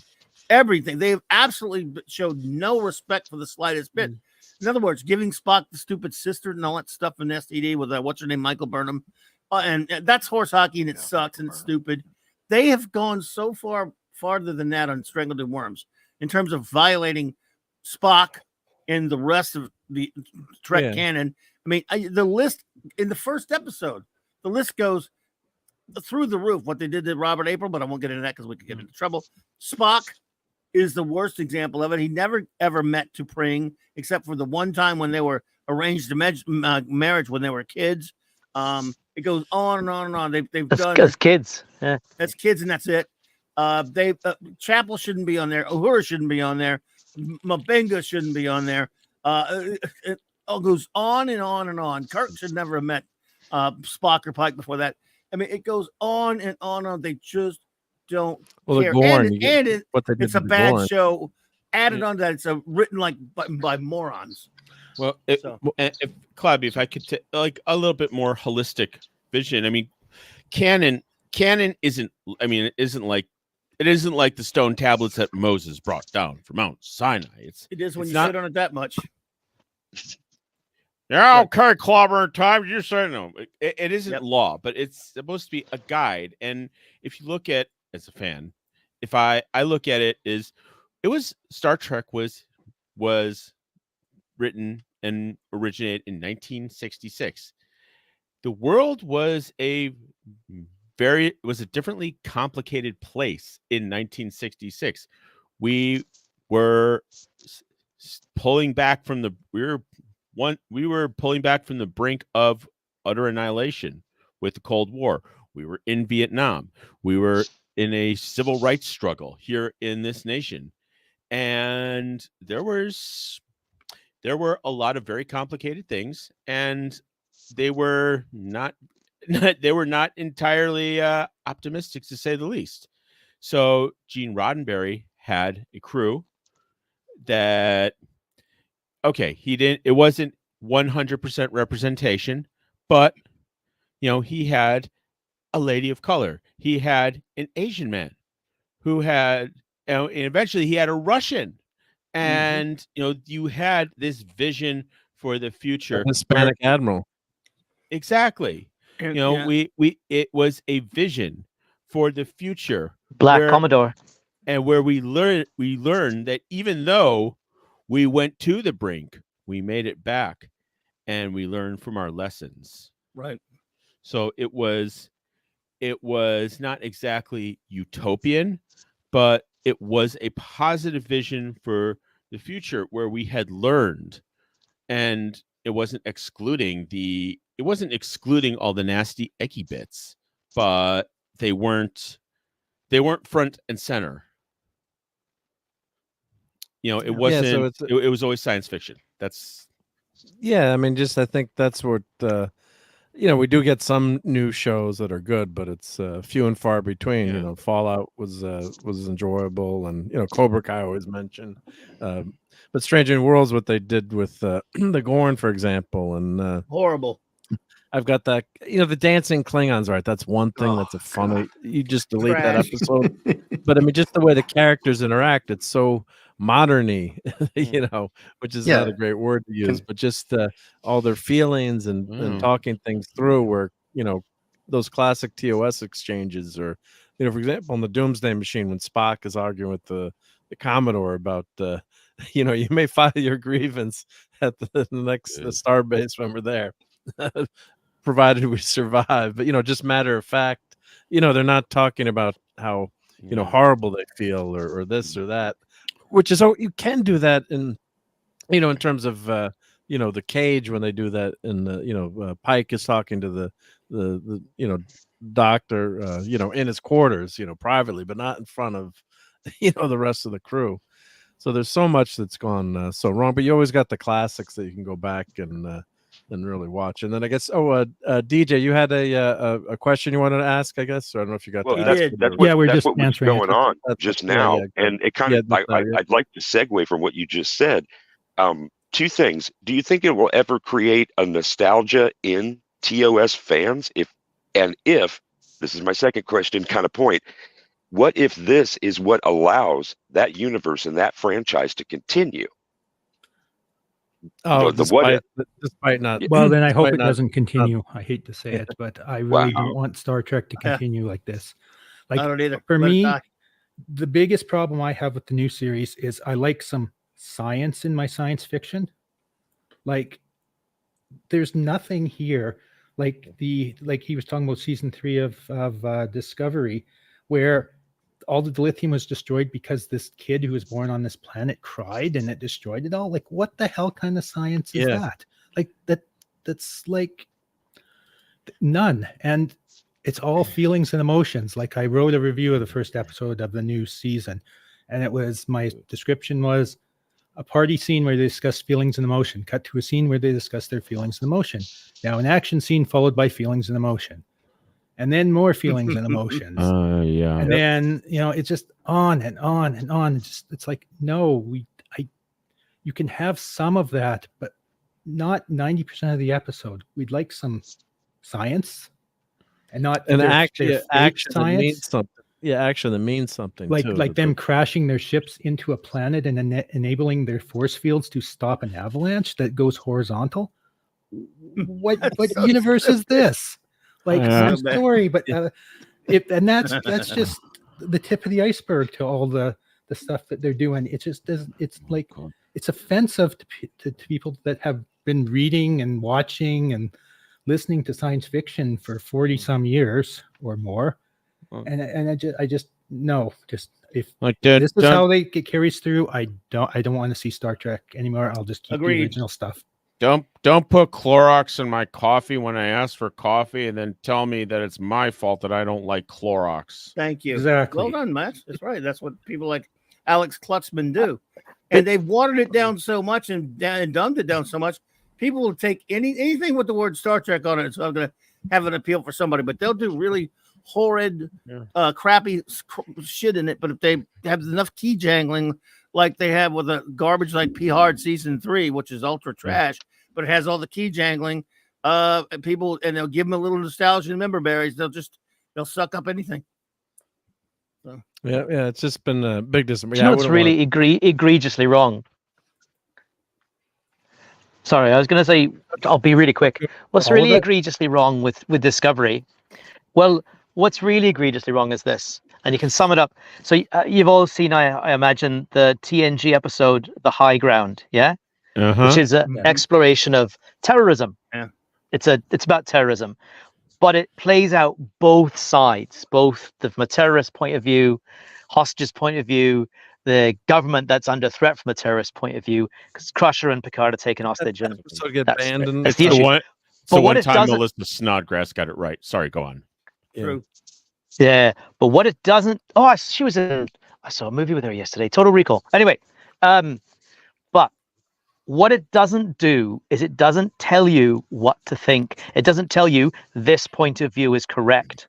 This point of view is the right one. It lets you make up your own mind. It shows you the different perspectives and leaves you with that. But Discovery and modern Star Trek don't do that. They tell you this is what to think. This is what's right. This is how you should react. And that's probably even more egregious than the science. And Burnham being essentially Jesus. That's the worst of it to me. Breeding stock. They're Done. breeding stock. Yeah, it was. Sorry, I just couldn't help it. That was I think Raquel. Lost her mind on that episode, remembering. Yeah.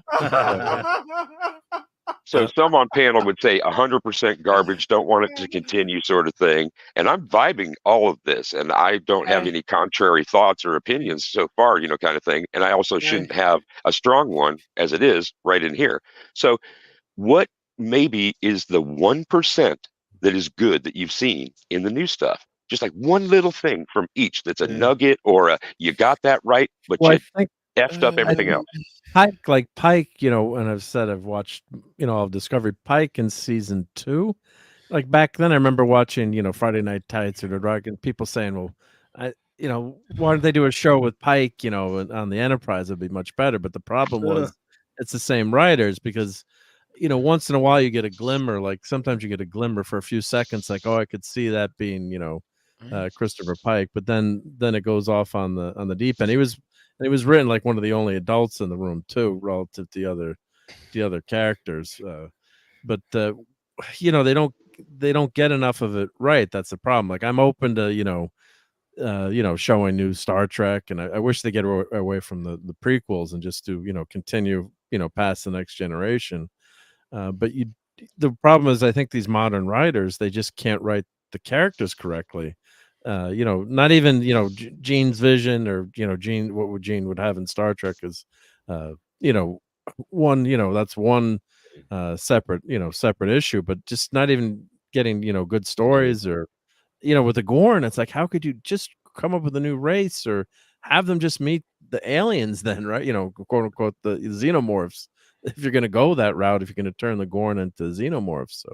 So that's the problem. So a lot of the next gen, maybe you could say, doesn't exactly follow Gene's vision, but it always felt like Star Trek to me for the most part. You get some bad episodes, obviously, like Sub Rosa we make fun of in certain episodes, but it's just not something I look forward to. Even Voyager, right? We make fun of Voyager, but I watched it when it came out, and you don't ever say, well, you might say that some of the episodes are bad, or the infamous lizard babies episode, Threshold, but doesn't mean that this doesn't feel like Star Trek. So I think that's the differentiation between.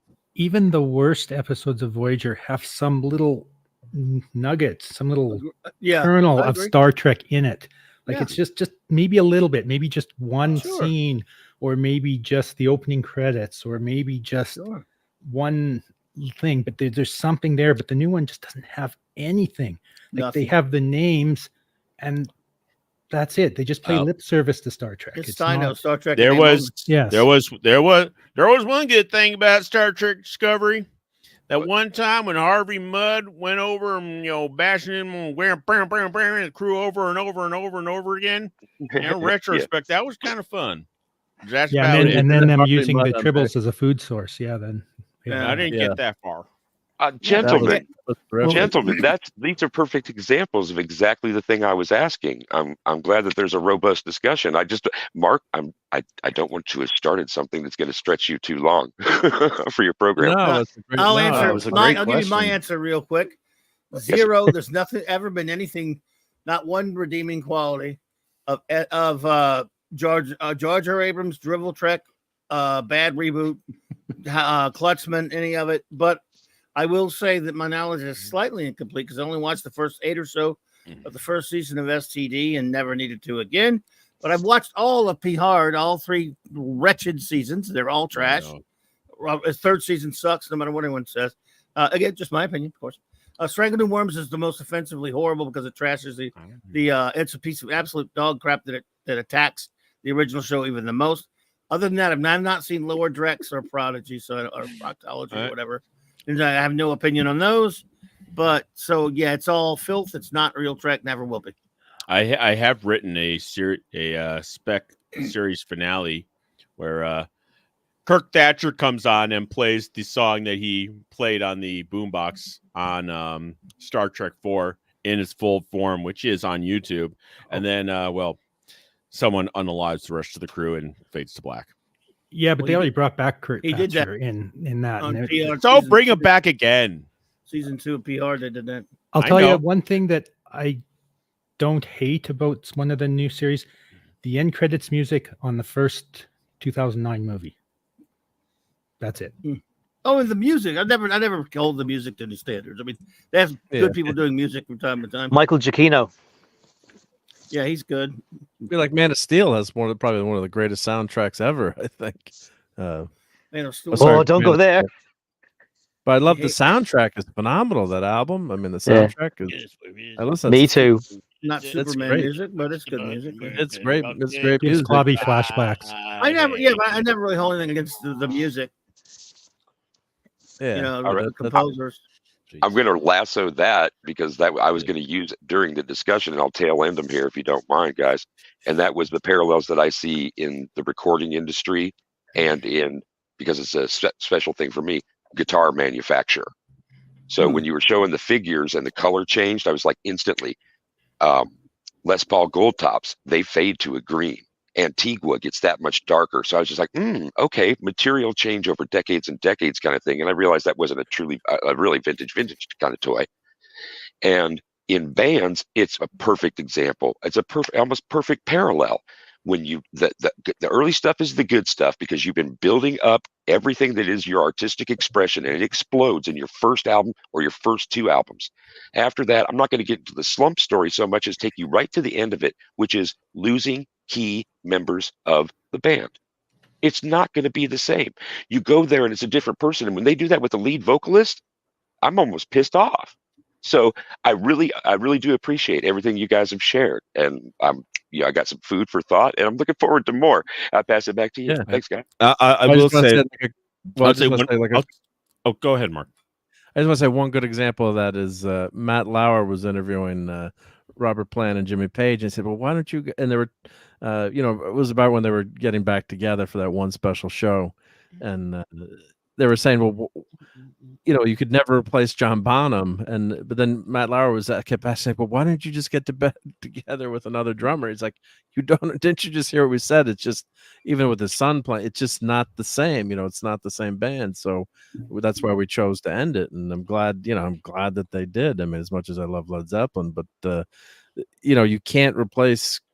No, only Kirk. Only Shatner can be Kirk. I mean, just only Shatner's Kirk. Nimoy can be Spock. I mean, you can watch these other actors try to do it, but they're never going to capture the essence of the character and never make you feel like that's Spock. Even when you're watching the Jar Jar Abrams 2009 movie, you got the 2 Spocks together, and just Nimoy is just always so brilliant. And that's who you just can't picture it any other way. I mean, James Bond, they've replaced James Bond, but there's no one can do Kirk, and I think part of it too is because they can't get the writing right either. But there's another component to that too, though, Mark. When it comes to recasting a character, and my lay of land has always been this: Superman, Sherlock Holmes, Batman, or Tarzan, you name it. If they come from another thing, like they come from comic books or books or whatever, you can have multiple castings all you want, and you can like one better than the other. Well, James Bond, you name it. But the characters on Star Trek were a combination creation of Gene Roddenberry, who came up with them all, of course, and the actors. They are crucial to the creation of these characters. Therefore, anyone else playing them after they were in the public mind for at that point, before they were recast for the 2009 drivel, I mean, they would have been around almost over 50 years, or just about 50 years, and no one's ever going to be Kirk. No one's ever going to be Spock. No, people can play them all day long, and they just don't work for me. Whereas I said, I'll accept different people playing other characters, but certain characters created on TV or something like that are a little bit different. So yeah, Kirk was the lead singer. In my analogy, Kirk's the lead singer. You can't replace that shit. I get it. Right on. I mean, if you want something that's further down the line, it's Doctor Who. That is, to me, that I mean, yeah, they're still producing the series. They're still producing the series. They're still making it, but to me, it's gone. It's gone. It's we had the funeral for it. They put it in the ground. The body has decayed. What's going on now is like they're periodically digging it up and dancing with on the corpse. It's corpse desecration. They're weakened at burning it. Yeah. Yes, sir. Not even. It's just it's dead. It's gone. Yep. It's gone. So just a related topic, has anyone seen the You Can Call Me Bill documentary yet about William Shatner? I want to. Is that on Netflix? I haven't seen it yet. It was in theaters last week.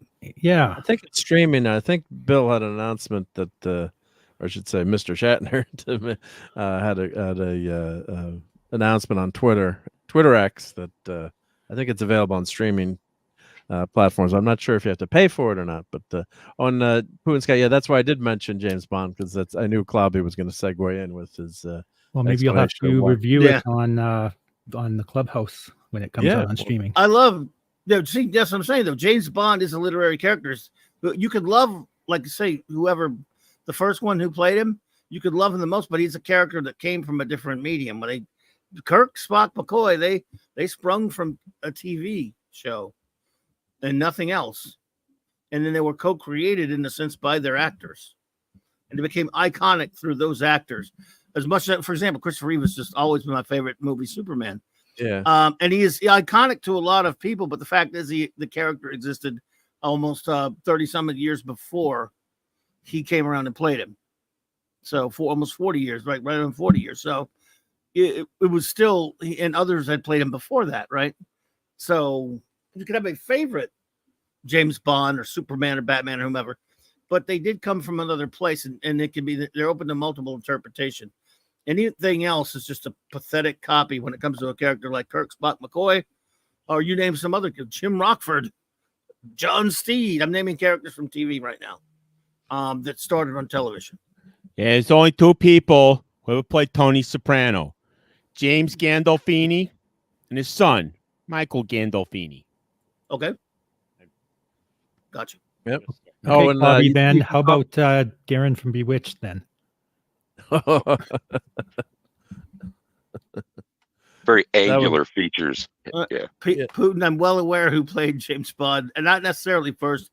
Technically, Barry Nelson played him first on a playoffs. I mean, it's a technicality. He did play Jimmy Bond in 1950. If you want to go with a technicality, but no one deals with it. But yeah, You Can Call Me Bill is available to rent on the YouTubes and other places. I think for like $5 or $6, something like that. So you can rent it. I mean, I know where Raquel's coming from. I respect her position, but you know what? If media is crap, then you're really not committing a crime by pirating it, right, Rick Berman? Where's my pizza roll? Rick Berman. Well, I mean, that was you muted, I think, but the question that DJ asked was really on point, because we know this gets talked about a lot, and I didn't watch any of this stuff. I tried to watch Discovery again. I checked out when they gave them the gold member treatment, right? Don't automatically couch things. That's why that question was very good. And someone in the chat, I think Putin's Cat, saying, "Oh, it's getting old. People get old, time to change."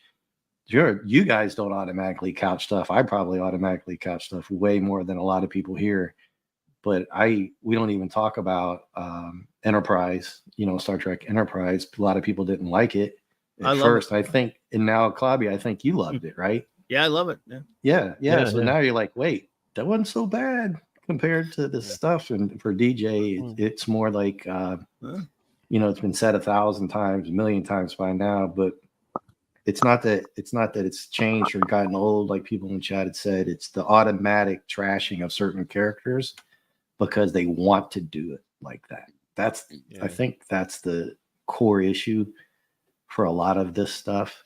You know, it's not that we don't want to see nice. If you take the director of Godzilla -1 and tell me that he's going to do a new Star Trek movie or a new Star Wars movie or something, that I guarantee you people are going to go see that. You know what I mean? It depends on who's producing it for me.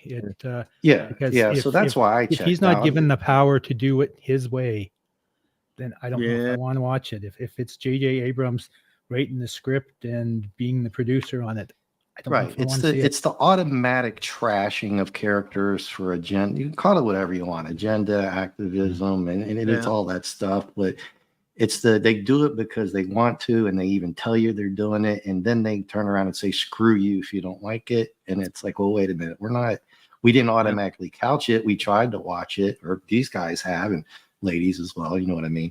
But I think that's the core problem that people have these days, and it's bled over into the comics. And nobody even talks about Lower Decks, the animated Star Trek, right? Because how bad was that, right? By many people, the best of the. It's considered the best, right? Mark, I didn't watch it. You guys watched it, right? And I thought that, that was an example to me of how that it's perpetuated. So I like other formats like that. Like, say that's a side project in a band or something like that. Or Led Zeppelin was mentioned. Like, trying to put them together, no. But he's out there, and I'm going to see him in a month or two with Alison Krauss. So the side project stuff, I'm open to, but I can understand. I'm glad that these clarifications are being made. And Lower Decks, I really enjoyed. I passed that along to a couple of different people. So, and something that popped in my head when Cobby was speaking last is, it's like co-opting something this like has perfection in it, and you can't twist it. Okay, back to you guys. Sorry.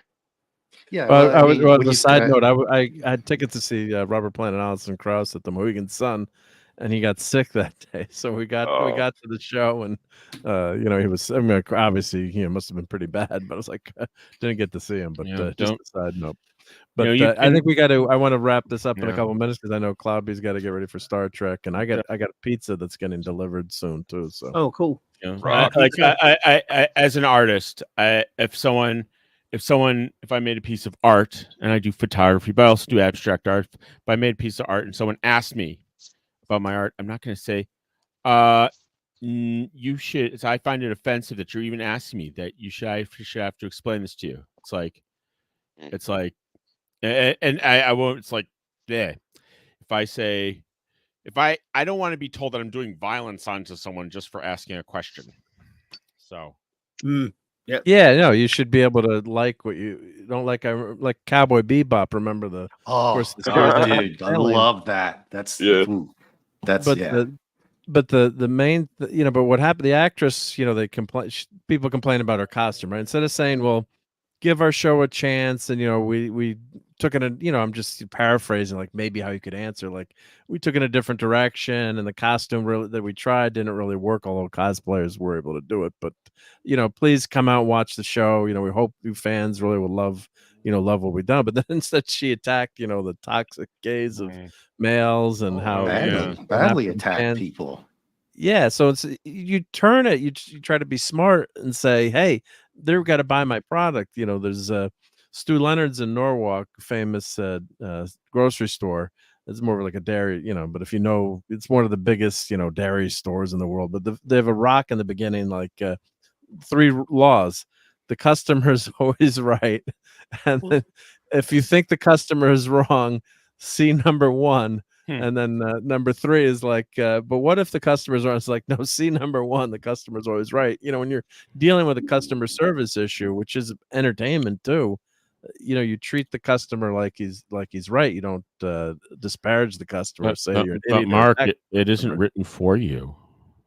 Yeah, but she got caught. She got caught wearing a skimpier outfit than the one that they tried to do for Cowboy Bebop, and then she got crushed. Wow. But that was for the male gaze, not for the male gaze. Yeah, somebody found that on an old show she did, and it was skimpier than the one that they had going on for that show. But then compare that to One Piece, right? Which we all love, and that was one of the great modern shows. I'm going to say that recent shows. God, I love that show. I had no idea that it was about pirates. I didn't know Mr. Fantastic would be in it, and I ended up really liking it. So it's just that I'd love to get some stuff like that's new that we can enjoy, because you do want to see new stuff. And if you could do a Star Trek series down the road that was decent, God, I would love it. But don't keep going, unfortunately, going this way. I can't believe that they're gonna have the Emperor Jojo show, which I don't want to watch. They're not gonna make that crap. They're making it now. Yeah, they started. They're doing it. Well, they're doing a movie. They're doing a movie. Oh now. My God. Well, it's the Mirror Sulu universe. I'm sure 30 people will who watch that crap will be happy. Good on the Academy Report. She's like Space Stalin. Yeah. Wow. And But it'll really be making the it. Naked Now universe. How can she be a character in the Star Trek show?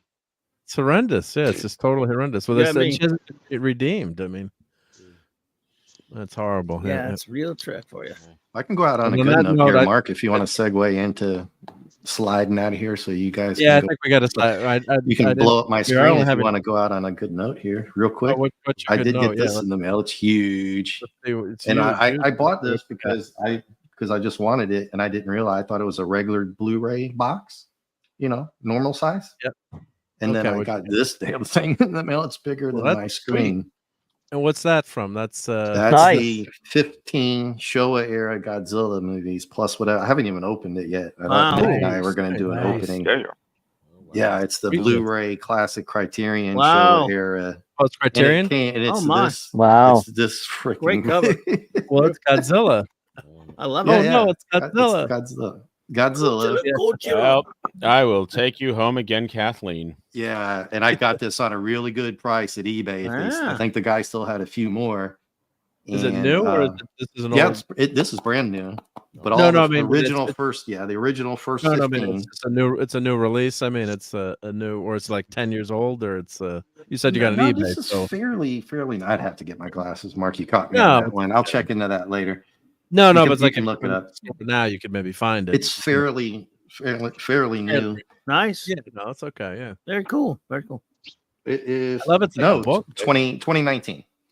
Oh, okay, yeah. So 2019, fairly new, and of course when -1 came out, the prices skyrocketed. So I had to wait, and I caught a pretty good deal on eBay. Nice. So Is that Godzilla start running? Godzilla in the background there? Oh yeah, way back. That's my 74. That's my childhood memory one. There you go. Yeah. That's a 30 millimeter one. 30, yeah. 10 inch, 9.5, 10. All right, I'm gonna run Mark, away. Go get pizza, Mark. Yep. Run away! Run away! Yeah, good plan. I'm waiting for my gigantic -1 to come out. Well, I was just making it. Yeah. So I just want to say thank you to everyone to hanging out today, and it's always awesome to have. Can't believe I got a YouTube channel that's going well, but thank everyone. Thank you, Clobberin Times, of course, for getting me started.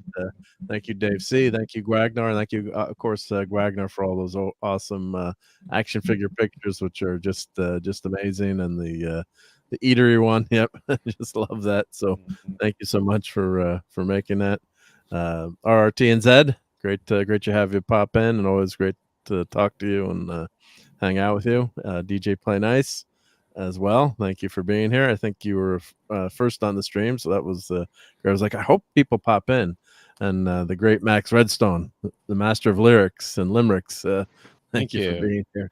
Yeah. Was there a notification for this? Because I never got anything. I just happened to run into it when I got home. Well, there's supposed to be notifications, but those don't always work, unfortunately. I wasn't sure what time I'd be able to do it today, so I only posted it like 3 hours before the show. Or YouTube's bad with that, Mark. Sometimes I only know, like you do the Clobby Thursday, Saturday, you on Sunday. Sometimes they don't show your live ones, and I just kind of know that you're doing it. So, yeah, you kind of gotta know. So sometimes, unfortunately, so I always appreciate that, and of course, a shout out to Courtney, who popped in and out. I guess she had bad bad interwebs, but always appreciate hanging out with Courtney and Sunday Night Geekery. And let me go scroll through who was hanging out with us I'm today. gonna dump out. I will. I gotta finish my limericks, and then I'll see if I can be at the clubhouse. Appreciate that, buddy. Thank Good, you. yeah. See y'all later. All right, buddy. There once was a man from Nantucket. There was a young lady from Venus. Good way to start. How's that? Wait. I do have one. There once was a man from Nantucket, and he always liked to say "okit." You know what? I forgot it, but it's a clean version. All right.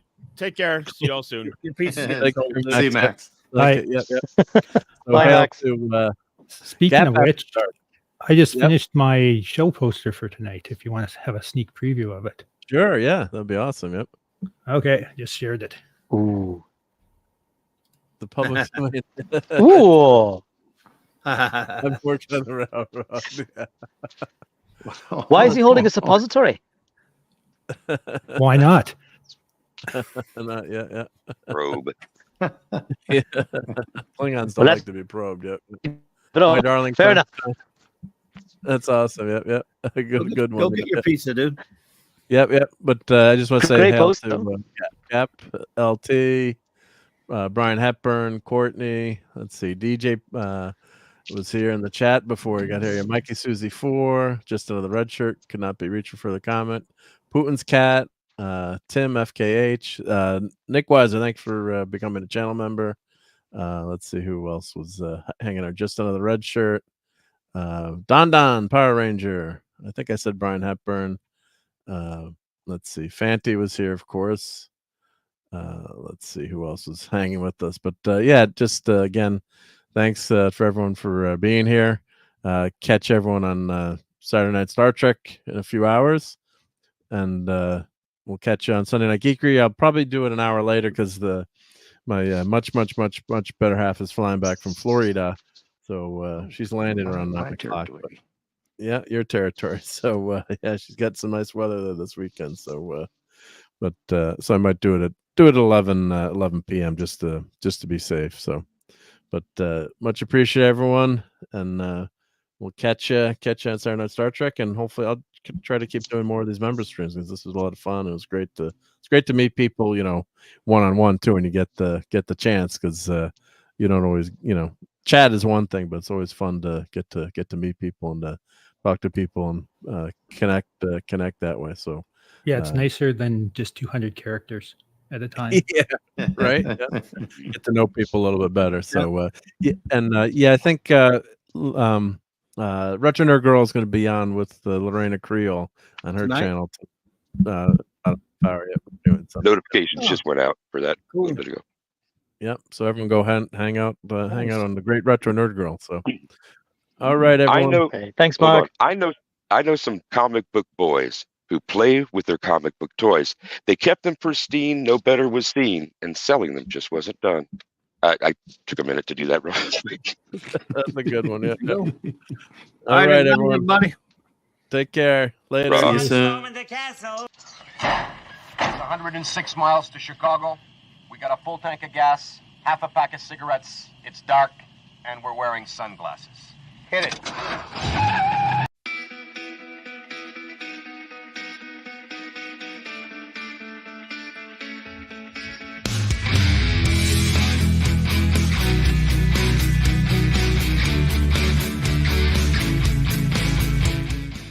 You're still here? It's over. Go home.